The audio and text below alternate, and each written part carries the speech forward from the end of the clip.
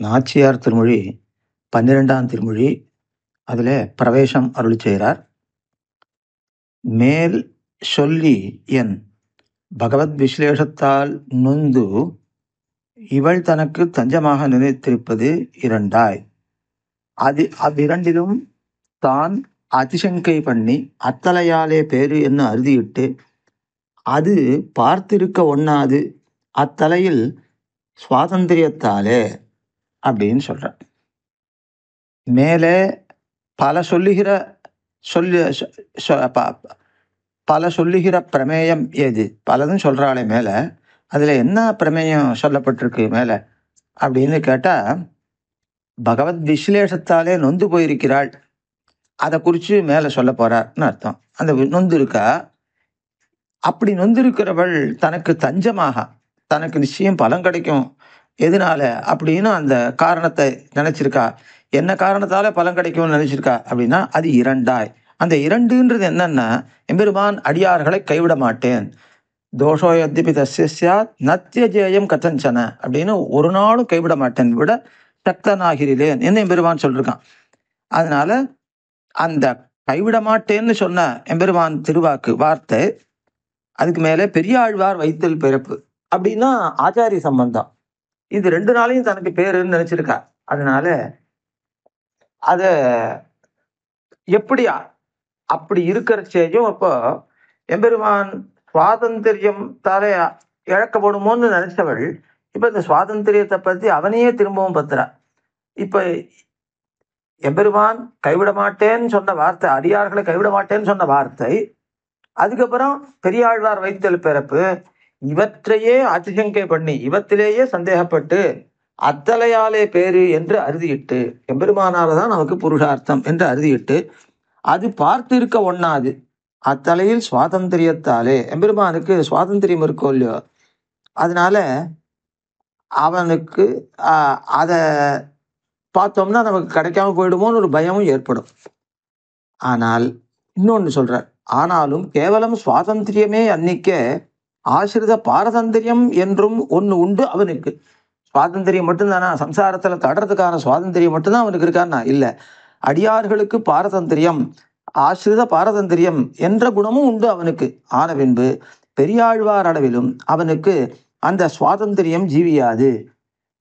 அடியார்களை கீழே தள்ளுவேன் என்ற சுவாதந்திரியம் பெரியாழ்வார் முன்னால நிற்காது. அவர் சம்பந்தம் கொண்டு தமக்கு பெருகைக்கு ஒரு தட்டு இல்லை, அவர் சம்பந்தம் எனக்கு இருக்கு, அதனால நான் பெருகைக்கு ஒரு தடை இல்லை என்று அத்தியவசித்திருந்தாள் இவள், அப்படி உறுதி கொண்டிருந்தாள் இவள். இவள் பின்னேயும் அவன்தான் குணாதிகனுமாய் சவிபூதிகனுமாய் இருப்பான் ஒருவனாக யாலே. குணம் மிகுந்தவனாய் இருக்கா. இந்த பொங்கோதம் சூழ்ந்த புவனியும் விண்ணலகும் அங்காதும் சோராமே ஆழ்கின்ற எம்பெருமான்னு போன பதிகத்துல 11ஆம் பதிகத்துல 3வது பாட்டுல சொல்லிருக்கார். அப்ப சவிபூதிகனுமாய் இருக்கான்னு சொன்னார். அப்ப குணாதிகனுமாய் சவிபூதிகனுமாய் இருக்கார். அப்படி இருக்கிறவனாக யாலே ஆசிரித விஷயத்தில் தன் சுவாதந்திரியம் நடத்துகையாவது இவத்தை இழக்கை. அப்ப தன்னுடைய குணத்தையே இழக்க வேண்டி வரும், ஆசிரித பாரதந்திரியம்ன்ற குணத்தையே இழக்க வேண்டி வரும். விபூதி ஒண்ணு கைவி நழுவி போயிடும், மோட்சத்துல சேர்த்து கொள்ளல அப்படின்னா விபூதியான இவள், விபூதியான சொத்து, அது ஒண்ணு கைவிட்டு போயிடும். அப்ப குணத்தையும் விபூதியையும் பகவான் இழக்க வேண்டி வரும் தன் சுவாதந்திரியத்தாலே சம்சாரத்துல தள்ளி வைத்திருந்தால். அதனால தன்னுடைய குண விபூதிகளை இழக்கக்கூடாதுன்றதுக்காக அவன் காரியம் செய்வான் அப்படின்னார். அதனால இவத்தை இழக்க காரியம் செய்யான், தன்னுடைய குணத்தையும் விபூதியையும் இழப்பதற்கு காரியம் செய்யான், அதனால என்ன கைவிட மாட்டான்னு இவள் உறுதி கொள்றான். இனித்தான் அவன் சுவாதந்திரியம் நமக்கு பேத்துக்கு உடல் இத்தனை போக்கி இழவுக்கு உடலோ. அந்த சுவாதந்திரியத்தை கண்டு முதல்ல பயந்துட்டு இருந்தா, இப்ப நினைச்சு பாக்குறா வேறு விதமா. அது எப்படி சுவாதந்திரியம்ன்றது இழவுக்குத்தான் காரணமாகணுமா, பேத்துக்கே காரணமாகும். நித்திய சம்சாரியே நித்திய சூரி கோட்டிக்கு ஆளாக்குறதுக்கும் அந்த சுவாதந்திரியம் உபயோகப்படுமோ இல்லையோ அப்படின்னு அவன் நமக்கு காரியம் செய்வான்னு சுவாதந்திரியத்தை நினைச்சு உறுதி கொள்றா இப்போ.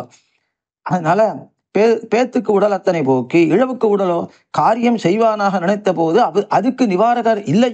இத்தனை அந்தம் காரியம் செய்யணும் நினைச்சுட்டான்னா அதை தடுக்கிறதுக்கு யாருமே கிடையாது என்ன அத்தையும்.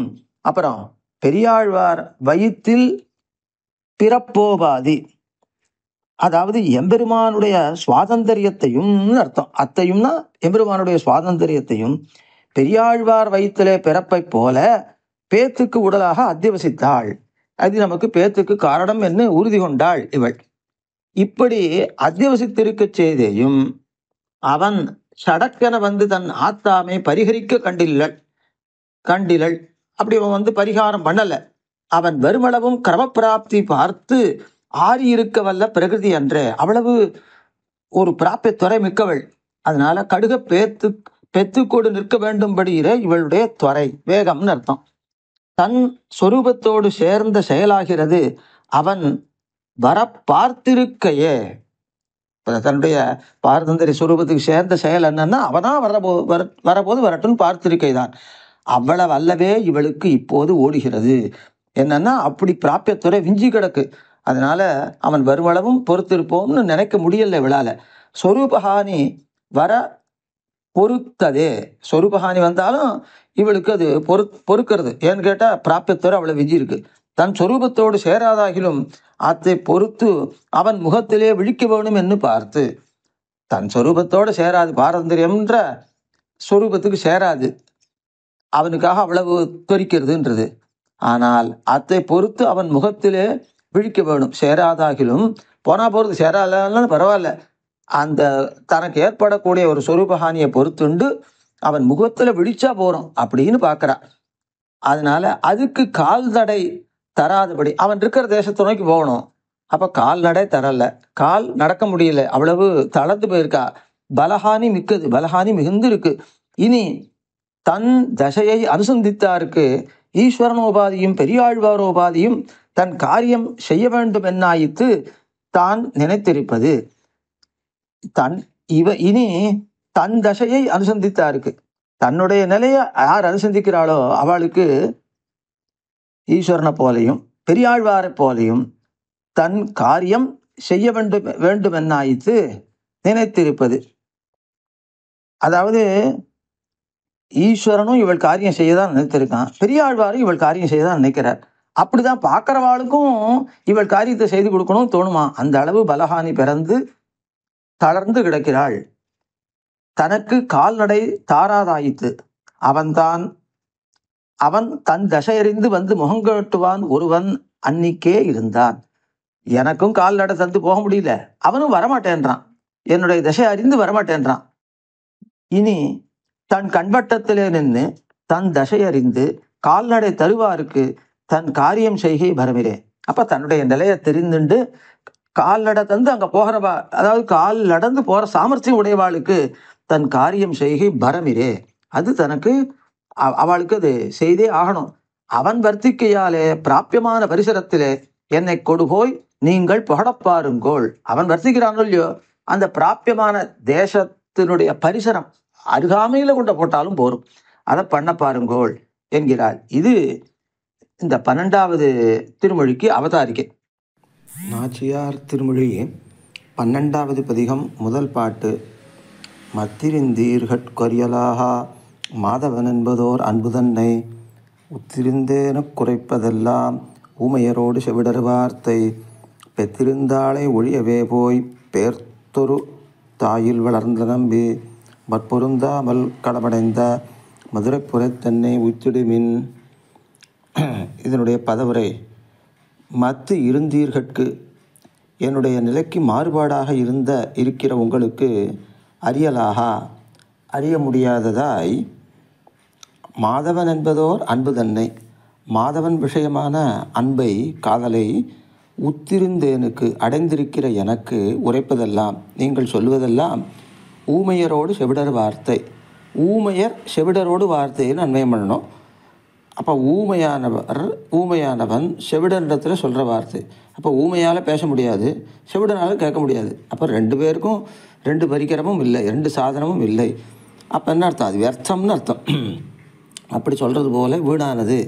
இப்போது எனக்கு செய்யத்தக்கது என்ன என்றால், பெற்றிருந்தாளை ஒழியவே போய் மெய்நொந்து பெத்த தாயான தேவிகை பிராட்டியை விட்டொழித்து பேர்த்து ஒரு தாய் இல் வேறொரு தாயாகிய யசோதையின் வீட்டிலே வளர்ந்தவனும் மல் பொருந்தா மல்களமடைந்த மல்ல யுத்த பூமியிலே மல்லர்கள் வந்து சேர்வதற்கு முன்னே தானே முற்பாடனாய் போய் சேர்ந்திருப்பவனுமான நம்பி கண்ணபிரானுடைய மதுரை புறத்து, அவனுடைய நகரமான மதுராபுரியினுடைய புறத்து சமீப பிரதேசத்திலே என்னை உய்த்திடுவின், என்னை கொண்டு சேர்த்து விடுங்கள் அப்படின்னு பாட்டுக்கு சப்தார்த்தம். முதல் பாட்டு அவதாரி கேட்டார் பெரியவாச்சான் பிள்ளை. அத்தலையாலே பேரு என்ன அறுதியிட்டால் அவன் வருமளவும் கிரமப்பிராப்தி பார்த்து ஆறி இருக்க வேணுங்கான், நீ இங்கனே பதறலாகாதுகான் என்ன, என் தசையை அறியாதே சில சொல்லுகிற உங்களுக்கும் எனக்கு வார்த்தை சொல்ல பிராப்தி இல்லை, உங்கள் வார்த்தையை செவிதாழ்த்து கேட்க எனக்கு பிராப்தி இல்லை என்கிறாள். அவனால் தான் பேருன்னு நிச்சயம் இருக்குது. அவன் வருமளவும் கிரமப்பிராப்தி பண்ண முடியல, எனக்கு அது ஆறி இருக்கணும்னு நீங்கள் சொல்கிறீள், இப்படி பதறலாகாதுன்னு சொல்கிறீள். என்னுடைய தசையை, அதாவது என் பிராப்தியத்துறையை அறியாத நீங்கள் சொல்கிற வார்த்தை, என்னை குறித்து சொல்கிற வார்த்தையை கேட்க சொல்ல உங்களுக்கு பிராப்தி இல்லை, தகுதி இல்லை. உங்கள் வார்த்தையை கேட்பதற்கு எனக்கும் பிராப்தி இல்லைன்னா என்னிடத்தில் எனக்கு வாய்ப்பு இல்லை. ஏன்னா என் ஆசை அவ்வளவு பெருகி கிடக்கு அப்படின்னு பாட்டினுடைய அவதாரிக்கை. அதுக்கு பாட்டுக்கு அர்த்தம் சாதிக்கிறார் பெரியவாச்சான் பிள்ளை. மத்து வேறாய் இருந்தீர்கட்கு என்னுதல், என்னை காட்டிலும் வேற எண்ணமுடையவர்களாக இருக்கு. மத்து உரைப்பதெல்லாம் அப்போ மத்து வேறாய் இருப்பவர்கள் ஆகிற நீங்கள் உரைக்கிறதெல்லாம் எனக்கு வீண். இருந்தீர்கட்கு அறியலாகா, வேறாயிருந்தீர்கட்கு அறியலாகா, உங்களால் என்னை காட்டிலும் எண்ணத்தில் வேறுபட்டவர்களாக இருக்கிற உங்களாலே அறிய முடியாது. நீங்களும் நானும் ஒரே தேசத்தில் இருக்கோன்றதுனாலே எனக்கு சொல்ல தகுதி உங்களுக்கு வருமா? ஏகதேச வாசமே போராது காணுங்கோள். எனக்கு ஓடுகிற தசை அறிகைக்கு என்னுடைய நிலையை தெரிஞ்சு கொள்றதுக்கு அது போராது. நான் இருந்த தேசத்திலே நீங்களும் இருந்துகோளன்னா எனக்கு ஓடுகிற திசை உங்களால் அறியப்போகாது. இது சஞ்சயன் திருதராஷ்டிரனிடத்தில் சொல்கிற வார்த்தையை போன்றதுன்னு எடுக்கிறார் பெரியவாச்சான் பிள்ளை. அங்கே ஒரு ஸ்லோகம் மகாபாரதத்துலேருந்து எடுக்கிறார். மாயாம் ந சேவே பத்ரந்தே ந விருதா தர்மமாச்சரே சுத்தபாவம் கதோ பக்தியா சாஸ்திராத் வேத்மி ஜனார்தனம். நான் கபட்டமான தர்மங்களை ஆசிரயிக்கவில்லை. மாயாம் ந சேவே, கபடத்தை ஆசிரயிக்கவில்லை. அப்படி சொன்ன உடனே நான் ஆசிரியக்கிறேன்னு சொன்னதாக எடுத்தேன்னு அவன் ராஜாவாச்ச கோபம் வருமேன்னு பயந்துண்டு பத்திரம் உனக்கு மங்களம் உண்டாகட்டும்னு நடுவில் ஒரு வார்த்தை சொல்கிறான். சுத்தபாவம் கதா, சுத்தபாவத்தை அடைந்தேன் பக்தியினாலே. அதனால் அப்படிப்பட்ட பக்தியோட கூடின சாஸ்திரத்தாலே வேத்மி ஜனார்தனம், சாஸ்திராத் வேத்மி ஜனார்தனம்.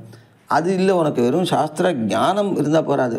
அவன் கேட்குறான், நீ நானும் ஒன்றா தானே வாசித்தோம், உனக்கு எல்லா அர்த்தங்களும் புரியுறது, எனக்கு புரியலையே அப்படின்னு கேட்டால், நான் சுத்த சுபாவனாக இருந்தேன் பக்தியினால். நீ வெறும் சாஸ்திரங்களில் அது வரிகளில் என்ன இருக்கோ, அந்த பதங்களில் என்ன இருக்கோ, அதனால் அவனை அறிய விரும்புகிறாய். பக்தி சககாரம் இல்லைன்னா வெறும் சாஸ்திர பதங்களாலே பகவானை அறிந்து விட முடியாது. பக்தி என்கிற சித்தாஞ்சனம்னா கண்மை, அது போட்டுட்டு பார்த்தா தான் பகவான் தெரியவன், உனக்கு அது தெரியல அதனால தான் அப்படின்னு அவன் சொல்கிறான். அந்த மாதிரி என் கண் கொண்டு எம்பெருமானை அறிந்தீர்களே பார்த்தீர்களேனால் எனக்கு ஓடுகிற திசை உங்களுக்கு புரியும், அது உங்களுக்கு புரியலை. அதனால் எனக்கு உபதேசம் பண்ண வரிகளிலும் தன் தோள்களை பார்த்து சொல்கிறா இவள். மாதவன் இத்தியாதி, மாதவன் என்பதோர் அன்பு தன்னை. மாதவன் அன்பே வடிவெடுத்தவன், பிராட்டியோட கூடினவனோ இல்லையோ, அதனால் அன்பே வடிவெடுத்தவன். நான் அவரிடத்தில் அன்பே வடிவெடுத்தவள்.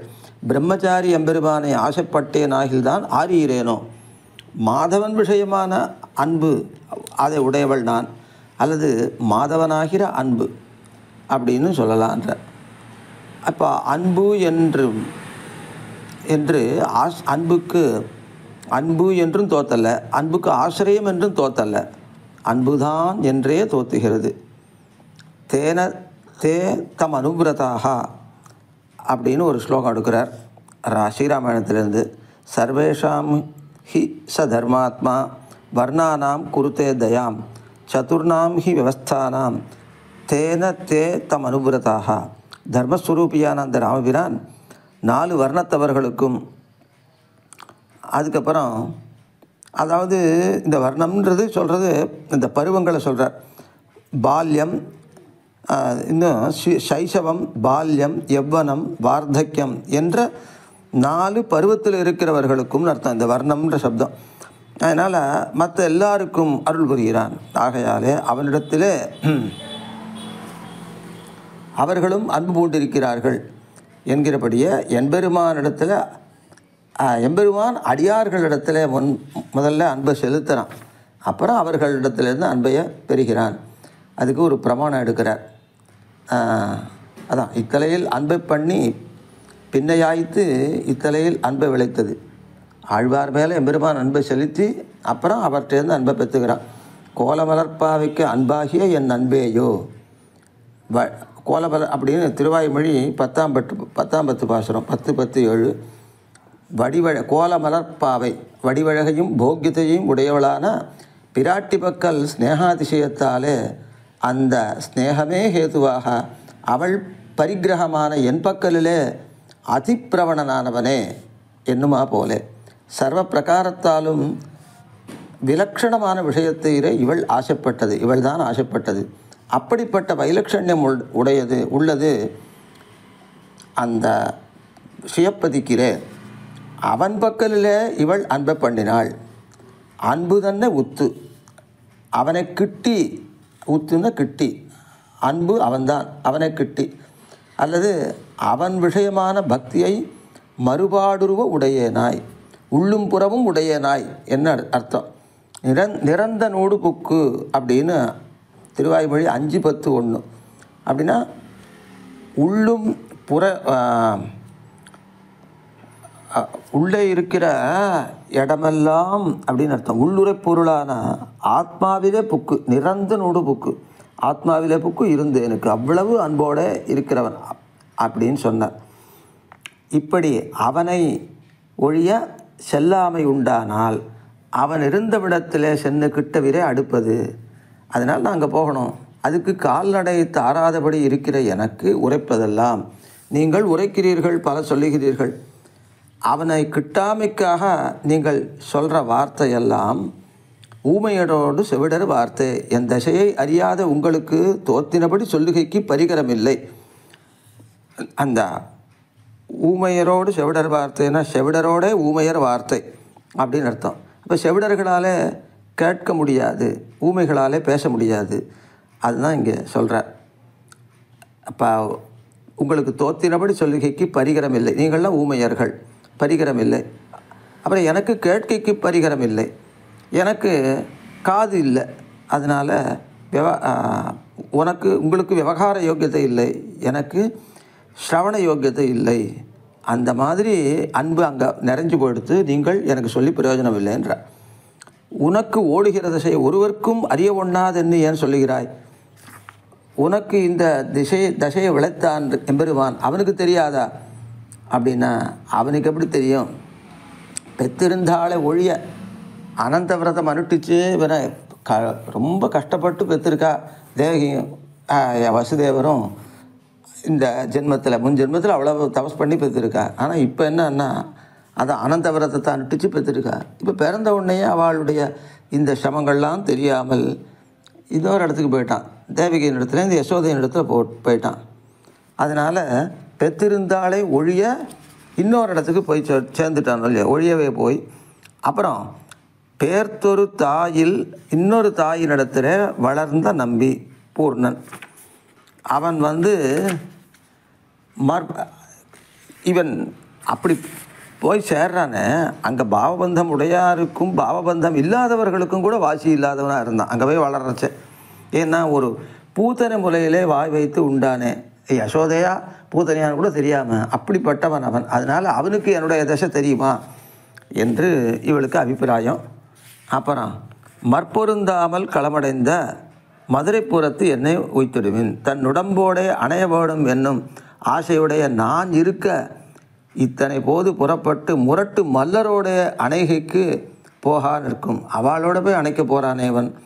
மல்லரானவர்கள் மற்பொருந்தாமைக்கு யுத்த பூமியிலே சென்று கிட்டுங்காட்டில் தான் யுத்த பூமியில் சென்று கிட்டுமாயிது. அவளே யுத்த பூமிக்கு வரத்துக்கு முன்னால் தான் போயிட்டான். அவன் மலருடம்போட அணைவதற்கு முன்னே இடையிலே நான் சென்று கிட்டி கொள்ளும்படி என்னை மதுரையின் பரிசரத்தில், மதுரையினுடைய பக்கத்தில் பிராந்தத்தில் போட்டாலும் போரும், அதிலே கொண்டு போய் புகடுங்கோள் என்று முதல் பாட்டாலே அருளி செய்கிறாள் ஆண்டாள்.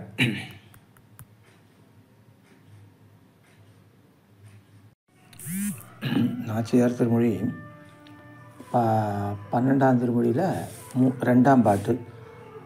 நாணி இனியோர் கருமமில்லை நாளையலாரும் அறிந்தொழிந்தார் பாணியாதன்னை மருந்து செய்து பண்டு பண்டாக்க உறுதிராகில் மாணி உருவாய் உலகளந்த மாயனைக் காணில் தலை மறியும் ஆணையால் நீரென்னை காக்க வேண்டில் ஆய்ப்பாடிக்கே என்னை உய்த்திடுமின்.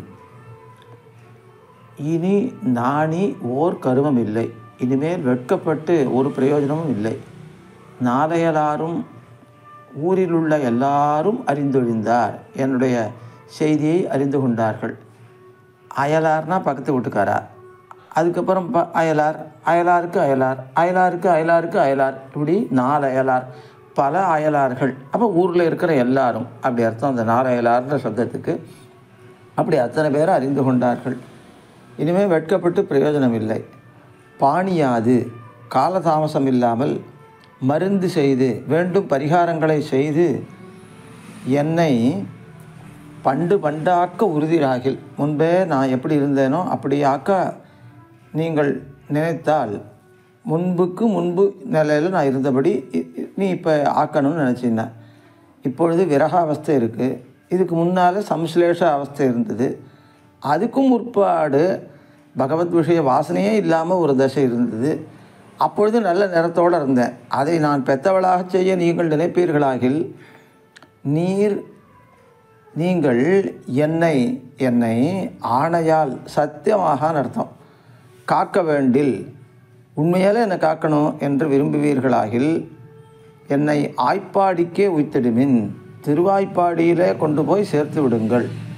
அவ்விடத்திலே மாணி உருவாய் உலகளந்த மாயனைக் காணில், சின்ன வாமன குள்ளனாக பிரம்மச்சாரியாக அந்த உலகளந்த மாயன் அவனை காணில், அவன் இதாவது பிரம்மச்சாரியாய் போய் மாவலியினிடத்தில் பிக்ஷை கேட்டான் வாமன ரூபியாக. அப்புறம் திருவிக்கிரமனாக உலகத்தை எல்லாம் அளந்தான். அந்த பெருமானை செவிக்க பெற்றால் தலை மறியும், இந்த நோயானது அடங்கும்.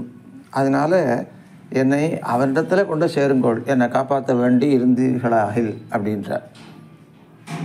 இந்த 2ஆம் பாட்டு அவதாரிக்கை. எல்லாம் செய்தாலும் இப்படி துணிந்து முடுக நிற்குமது அவனுக்கு அவத்தியாவகம், நீ அவனுக்கு அவத்தியத்தை விளக்க கடவையோ, உன்னுடைய ஸ்திரீத்துவத்தை நோக்க வேண்டாவான்னு கேட்குறா. நீ எது செய்தாலும் இவ்வளவு துணியறதுன்றது அவனுக்கு ஒரு குற்றம் இல்லையா? உன்னை ரட்சிக்கலேன்னு தோஷம் அவனுக்கு வராதா? அதனால் உன்னுடைய ஸ்திரீத்துவத்தை நீ அந்த அடக்கத்தை நோக்கி கொண்டிருக்க வேண்டாமான்னு கேட்குறா. நாணி இனியோர் கருமம் இல்லை. பாட்டு வியாக்கியானம். நாணி நான் என்னுடைய ஸ்திரீத்துவத்தை நோக்குகையாக இத்தால் ஒன்றும் பிரயோஜனம் இல்லை. முடியும் அளவுக்கு நான் வந்த பிறகு லஜ்ஜையை நோக்கிட்டு என்ன பிரயோஜனம்? தர்மிலோபம் பிறந்ததுன்னா தர்மத்தை காத்து என்ன பிரயோஜனம்? அப்போ நானே முடிய போகிறேன்னா லஜ்ஜைன்ற தர்மத்தை நான் காப்பாற்றி பிரயோஜனம் இல்லை. இப்போ அது மட்டும் இல்லை, எல்லாரும் அறிந்து விட்டார்கள். நாளையலாரும் அறிந்தொழிந்தார். அப்புறம் எப்படி நான் இனிமேல் நோக்கிறது? இவள் இந்த பகவத் விஷயமானது ஒருவரால் அறியப்படக்கூடாதுன்னு மறைத்து கொண்டு போருபவள் அல்லள். அது இப்படி மறைத்து கொண்டிருந்தவர் திருக்கோட்டியூர் நம்பி. அவர் ஒரு திண்ணையில் ஒருவரும் அசலறியாதபடி இருந்தார்.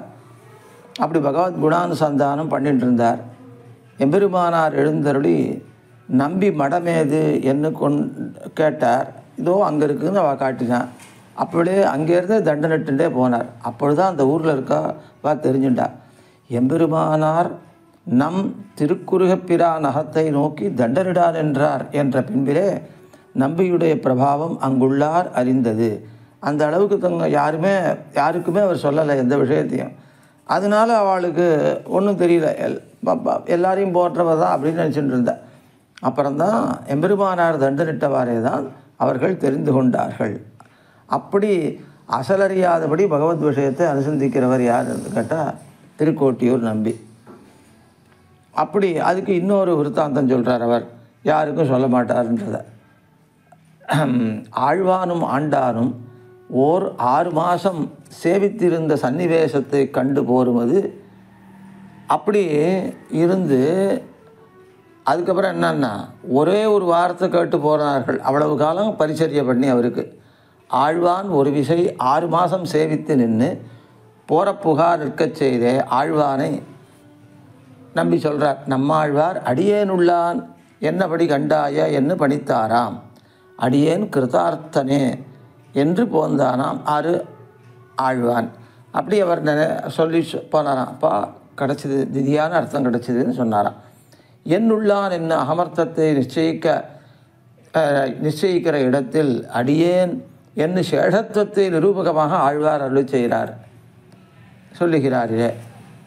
இது எப்படி இருக்குது? இந்த ஜீவாத்மா ஞானானந்த லக்ஷணமுமாய் ஞான குணகமுமாய், ஞானம் ஆனந்தமே வடிவாக இருக்குது, ஞானம் அதுக்கு குணமாக இருக்குது, அசித்யாவிருத்தமுமாய் இருக்கும் என்னும் இடத்தை 3ஆம் பதத்தாலே, அதாவது மகாரத்தாலே நிரூபியாக நிற்கச் செய்தே.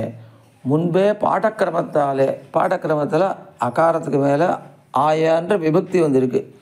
அந்த பாடக்கிரமத்தில் ஆயாவுக்கு அர்த்தம் சேஷத்துவம். அந்த சேஷத்துவத்தை சொல்ல வேண்டும்படி சேஷத்துவம் ஸ்வஸ்வரூபம் ஆயத்தபடி ஸ்வரூபத்துக்கு அந்தரங்க நிரூபகமாய் ஆயித்து. அதனால் அப்படி பிரணவம் சொல்லுகிறது. அதனால் உன்னுடைய சேஷத்துவத்தை நோக்க வேண்டாமான்னு இவாளுக்கு எண்ணம். அதுக்கப்புறம் இவாளே சொல்கிற, நீ உன்னுடைய சேஷத்துவத்தை நோக்கிண்டு பாரதந்திரியத்தை நோக்கிண்டு வெறுமை இருக்க மாட்டேன் கிளம்புவேன் அப்படின்னு சொன்னாலும் உனக்கு அவத்தியம் வரக்கூடாதுன்னு நாங்கள் பார்ப்போமோ இல்லையோ. நீ கை வாங்கினா என்ன உன் இடையாட்டத்தில், இடையாட்டம்ன்றது பிரகாரம், உன்னுடைய தர்மத்தை நாங்கள் நோக்கணும். அதனால் நாங்கள் உன்னை ரட்சிக்க பார்ப்போம்னு சொல்கிறார். நீங்கள் உண்மையில் ரட்சிக்க பார்த்தால் பண்டாக்க உறுதியாகி முன்பிருந்த அவஸ்தைக்கு முன்பிருந்த பகவத் விஷயமே அறியாத நிலையில் நான் நல்ல நிறத்தோடு இருந்தேனே, அதை எனக்கு உண்டாக்க பார்த்திகோளாகில் கலக்க புக்க அன்னு தொடங்கி மெலிவுக்கே கிருஷி பண்ணான் எம்பெருமான். அதனால் அவன் இருக்கிற இடத்துல கொண்டு போய் என்ன சேருங்கள். மாணி உருவாய்னா ஒரு பிரம்மச்சாரி உருவாய், அதாவது சின்ன குரல் அப்படின்னா குள்ளனான மாணின்னா பிரம்மச்சாரி. அப்படிப்பட்ட உருவாய் தள்ளி கதவடைத்த போதோடு இட்ட போதோடு வாசியற முகமலர்ந்து போகும்படி இறப்பில் தகநேரின நன்னா பழகின வடிவ உடையவனாக கொண்டு அப்புறம் போய் வாங்கிண்டா மகாபலியின் இடத்துல உலகளந்த மாயனை காணில். அப்படிப்பட்ட உலகத்தை அளந்த ஆச்சரிய பூதனை காணில் தலைமறியும் என்னுடைய நோயானது தலைமடியும் என்று சொல்கிறார். அப்போது நீங்கள் என்ன சேர்க்கணும்? மாயனை காணில் தலைமறியும் ஆணையால் நீர் என்னை காக்க வேண்டில், சத்தியமாக நீங்கள் என்னை காக்க வேண்டில் ஆய்ப்பாடிக்கே என்னை உய்த்திடுவின். அந்த ஆய்ப்பாடியில் அஞ்ச உறப்பாளர் அசோதை இவன் தீம்பிலே கைவளர அதனால புண்பட்டவர்கள் பெண்கள். ஆனால் இவன் அஞ்சும்படி உறக்கமாக இவனை அதட்டவே மாட்டா யசோதை. இப்படி தீவினைகள் செய்வார்களா நம்பி அப்படின்னு மெல்ல தான் கேட்பள். அதனால் அவன் இதையே காரணமாக இன்னும் தீம்பிலே கை வளருவன். அப்படி அவனுடைய தீம்புக்கு பெருநிலை இருக்கிறவள்னா ரொம்ப ஒத்தாசை பண்ணுறவள் தாயார். அப்படியே எல்லாரும் இருக்காளே, அப்படி இருக்கிற ஆய்ப்பாடிக்கே என்னை உய்த்திடுவின், அந்த ஊரில் என்னை கொண்டு போய் சேருங்கோள் என்று 2ஆம் பாட்டு அருளி செய்கிறார். நாச்சியார் திருமொழி 12ஆம் திருமொழியில் 3ஆம் பாட்டு. தந்தையும் தாயும் உத்தாரும் நிற்க தனிவழி போயினாள் என்னும் சொல்லு வந்த பின்னை பழிகாப்பரிது மாயவன் வந்துரு காட்டுகின்றான் கொந்தளமாக்கி பறக்கழித்து குறும்பு செய்வானோர் மகனை பெத்த நந்தகோபாலன் கடைத்தலைக்கே நள்ளிருட்கண் என்னை உய்த்திடுமின். தந்தையும் தாயும், அப்போ தகப்பனாரும் தாய்மாரும் உத்தாரும் மற்றுமுள்ள உறவினரும் இருக்கும்போது தனி வழி போயினாள் என்னும் சொல்லு. இவள் தானே ஒரு வழியை எடுத்துட்டு தெருவில் புறப்பட்டாள், அவளை எல்லாம் லட்சியம் பண்ணாமல் என்று லோகத்தில் வார்த்தை வரும். அந்த வார்த்தையானது வந்த பின்னே உலகில் பரவின பிறகு பழி காப்பது, அப்பழியை தடுப்பது முடியாது. நான் தனி வழி போகாதிருக்கவும் முடியவில்லை. ஏனென்றால் மாயவன் ஏன் தனி வழி போக வேண்டியிருக்குன்னா, அவன் என்ன அவ்வளவு படுத்துகிறான். மாயவன் ஆச்சரிய சேஷ்டிதங்களை உடையனான கண்ணபிரான் எதிரே வந்து உருக்காட்டுகின்றான். தன் வடிவை காட்டி என்னை இழுக்கிறான். இப்போது நீங்கள் செய்ய வேண்டியது என்னவென்றால், கொந்தளமாக்கி பறக்கடித்து குறும்பு செய்வான் ஓர் மகனை பெற்ற இந்த பெண்ணை சண்டையிட்டு பழி விளைத்து குறும்பு செய்கிற பிள்ளையை பெற்றவன் அந்த நந்தகோபாலன். பெற்றவனான நந்தகோபருடைய கடைத்தலைக்கு திருமாளிகை வாசலிலே நள்ளிருட்கண் என்னை உய்த்திடுவின். நடுராத்திரியில் கொண்டு போய் போகடுங்கள். இதான் நீங்கள் இப்போ பண்ண வேண்டியது இப்படின்னு சப்தார்த்தம். 3ஆம் பாட்டு பெரியவச்சம்பில் வியாக்கியானம். இவளும் நம்மோபாதி பெண் பிறந்தாள் ஒருத்தி அன்னோ, இவளை விடாய் தமப்பனாய் நியமிக்கைக்கு சக்தனாய் இருக்கச் செய்து நியமியாதே இருக்கிற ஸ்ரீ நந்தகோபாலன் வாசலிலே கொண்டு போய் புகடுங்கோள் என்கிறாள். தன்னை அப்படி கொண்டு போய் போடுங்கோன்னு. அது எதுக்காக? நியமிக்காமல் இருக்காமா. அதனால் வரும் பலம் என்னென்னா, பெண்கள் துன்பப்படுகையை பார்க்கை, அதுதான் அவனுக்கு பலமாக கிடைக்கும். அந்த பலத்தை அவன் அனுபவிக்கும்படியாக அவன் வாசலில் கொண்டு போய் என்னை புகடுங்கோள் என்று சொல்கிறார் இந்த பாட்டில். வியாக்கியானம். தந்தையும் தாயும் உத்தாரும் நிற்க, பழி விளைந்தால் பழி பரிகரிக்கை பணி உடைத்து. அப்படின்னா இந்த இது பணி உடைத்துனா அதுதான் காரியமாக ஆகிறது. நீங்கள் தான் பழி பரிகரியாமல் இருக்க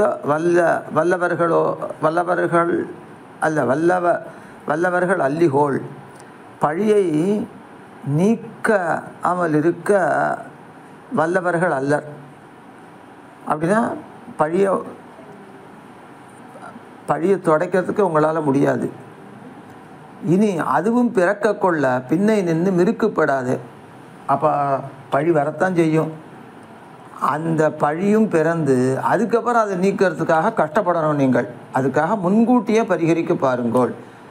என்ன பண்ணணும்? என்னை கொண்டு போய் நந்தகோபால் வாசலில் விடுங்கோ அப்படின்ற. எனக்கு விளம்பம் பொருட்களாய் தாழ்க்கிறேன் அல்லேன். உங்களை பார்த்து கால் தாழ்க்கிறேன். இத்தனை நாள் பொறுத்துட்டு இருந்தியே அப்படின்னு கேட்டால், என்னால் விளம்பம் பொறுக்க முடியும்னு பார்த்துட்டு இருந்தேனா? உங்களுக்காக பார்த்துட்டு இருந்தேன். அதுவும் இனிமேல் பண்ண முடியாது. ஆன பின்பு ஏற்கவே பரிகரிக்க பாருங்கோள். இன்னும் மேலே மேலே பழி விளையாமல் என்னை கொண்டு போய் சேர்க்க பாருங்கோள். இப்போவள் தாய் தமப்பன் உறவு முறையார் என்கிற இவர்களை விட்டு தனி வழியே போயினாள். நாயகன் பின்னே போகையும் அன்னிக்கே தானே தனியே போனாள் என்ற இந்த சொல்லு நாட்டிலே வார்த்தையானால் அப்படி வந்துருத்துன்னா பரிகரிக்கவே முடியாது. வயோசியா ஹியதி வர்த்ததேன்னு பெருமாள் சொல்கிறார். நமே துக்கம் பிரியா தூரே நமே துக்கம் ஹிருதேதிவா ஏததேவ அனுசோச்சாமி வயோசியா ஹியதி வர்த்ததே. வெகு தூரத்தில் பிராட்டி இருக்கான்னு எனக்கு வருத்தம் இல்லை. அவள் அபகரிக்கப்பட்டாள் என்பதும் வருத்தம் இல்லை. அந்த தூரத்தை கடந்து போயிடலாம். இந்த அபகரிக்கப்பட்டாள்னு வருத்தம் இல்லை. அந்த ராட்சசை முடிச்சு போட்டுடலாம், ராட்சசனை. ஆனால் இதுக்காகத்தான் நான் சோகிக்கிறேன். வயசு போயிடுத்து, அவளோட அனுபவிக்கிற காலம் போய்விடுகிறது என்ன கடவுதிலே. அதனால் அவன் நான் அனுபவிக்காமல் காலம் போகிறதுக்கு பதிலாக என்னை கொண்டு போய் அங்கே போடுங்க. மேலும் இப்பேத்த என்றோ பெறவிருக்கிறது என்று வரும் நாளை நினைத்து ஆறி இருக்க போகாது. இந்த புருஷார்த்தத்தை தானே பெறப்போகிறோம், கவலைப்பட வேண்டாம், கொஞ்ச நாள் இருக்கலான்னு ஆறி இருக்க முடியாது. முன்பு இழந்ததும் இப்பேத்தையாகாதே என்று வெறுக்க வேணும். அது எப்படி இருக்குன்னா, ஐயோ அனாதிகாலமாக இந்த புருஷார்த்தத்தை இழந்தோமே என்று வெறுக்கும்படியாக இருக்கே தவிர ஆறி இருக்கும்படியா இல்லை. அந்த புருஷார்த்தம் அவ்வளவு ஆகர்ஷகமாக இருக்குது, அவ்வளவு நம்மளை கவர்ந்து இழுக்கிறது. இதுதான் பழி என்று புத்தி பண்ணி பரிகரிக்கவும் வேணும் என்று இருந்தியாகில் முதல்ல இது பிறவாதபடி கிரமப்பிராப்தி பார்த்து பொறுத்து எங்களுக்காக இருந்தாலோ என்ன. இப்போ பழின்னு உனக்கும் தெரியறது, இதை போக்கிக்கொள்ள நினைச்சியானா இந்த பழி விளையாதபடி கொஞ்சம் நாள் எங்களுக்காக அவன் வரும் வரைக்கும் பார்த்துட்டு இருக்கக்கூடாதா அப்படின்னு கேட்டால் தாயார் தப்பனார் கேட்குறா. அப்போது மாயவன் வந்துரு காட்டுகின்றான் இவள் பதில் சொல்கிறார். ஒரு தாய் தமப்பனை பார்த்து ஆறியிருக்கும்படியோ அவனுடைய சௌந்தரிய சீலாதிகள் வந்து நல்கிறபடி நானும் ஆந்தனையும் அடக்கி தான் பார்க்குறேன், அவன் உருவழிப்பாட்டினால என்னை கவர்ந்து இழுக்கிறானே அப்படின்னார்.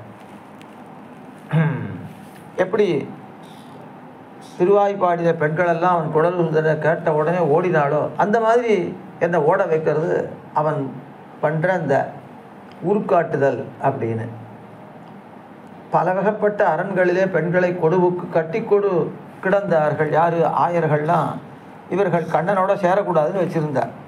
அந்த உறவு முறையாடிட்டு அரணையும் கடந்து காத்து கிடந்தவர்களையும் கடந்து எம்பெருமான் குழலோசை கேட்டவாறே ஓடிப்போனார்கள் பெண்கள்லாம்.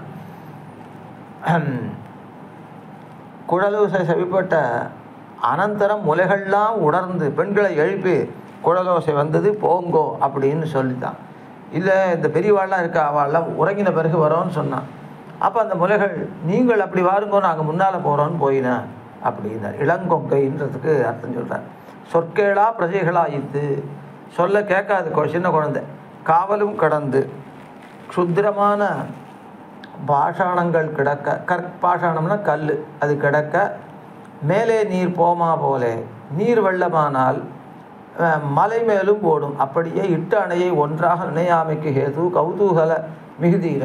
இப்போ ஜலம் நிறைய பெருக்கெடுத்து வந்ததுன்னா கல் மேலெல்லாம் ஓடும், மலையாக இருந்தால் அது மேலேயும் தாண்டி ஓடும். அந்த மாதிரி அரணை கடந்து எங்களுடைய ஆசை ஓடுகிறது. அதனால் தாய் தகப்பன்கள் சொல் கேளாமல் நாங்கள் ஓடுகிறோம்னு அந்த ஆயர்பாடி பெண்கள் சொன்னார்களாம். அந்த மாதிரி தான் எனக்கு இருக்குன்ற.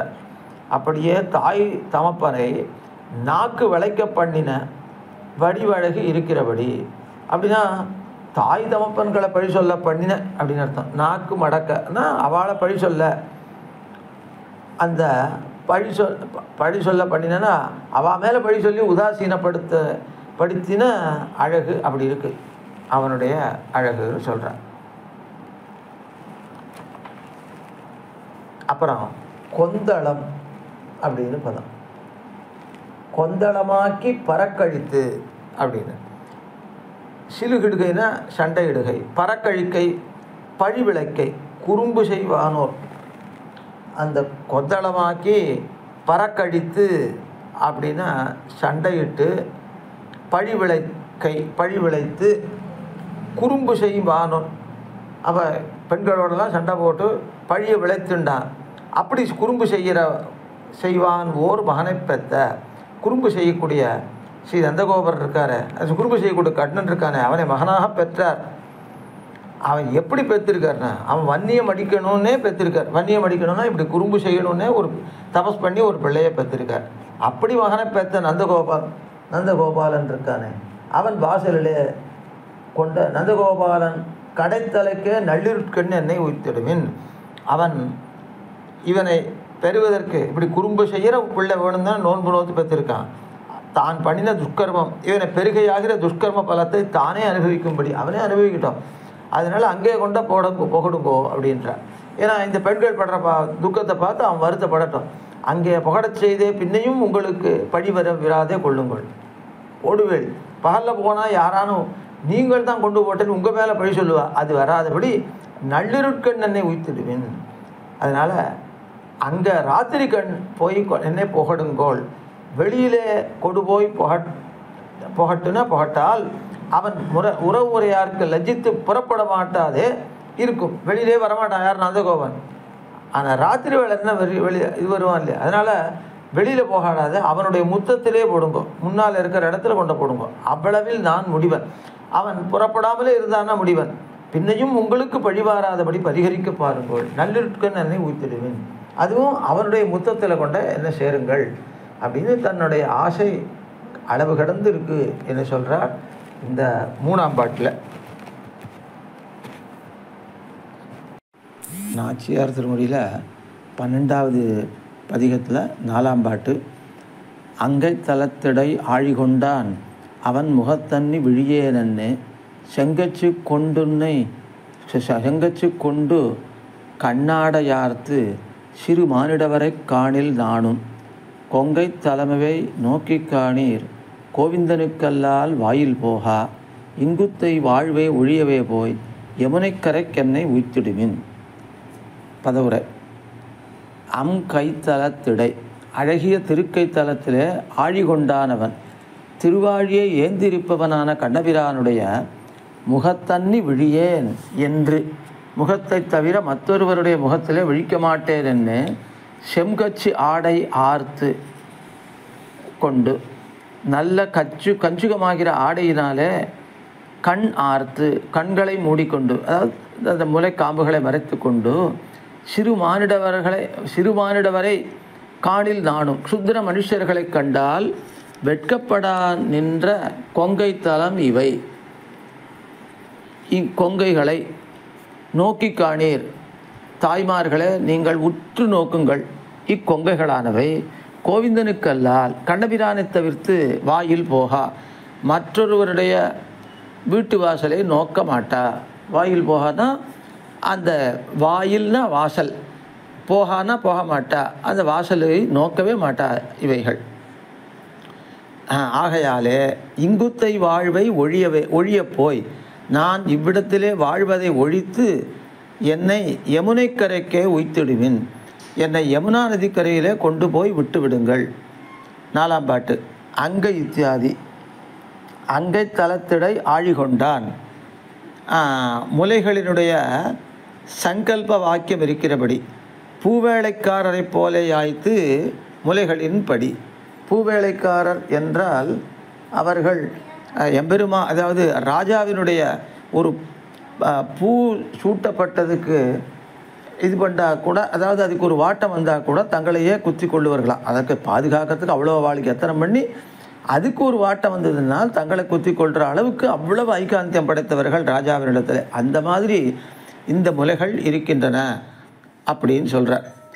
அந்த ராஜாக்கள் தலையில் பூமாரில் குத்தி கொள்ளுவார் சிலர் உண்டு, அவள் தான் பூவேளைக்காரர்.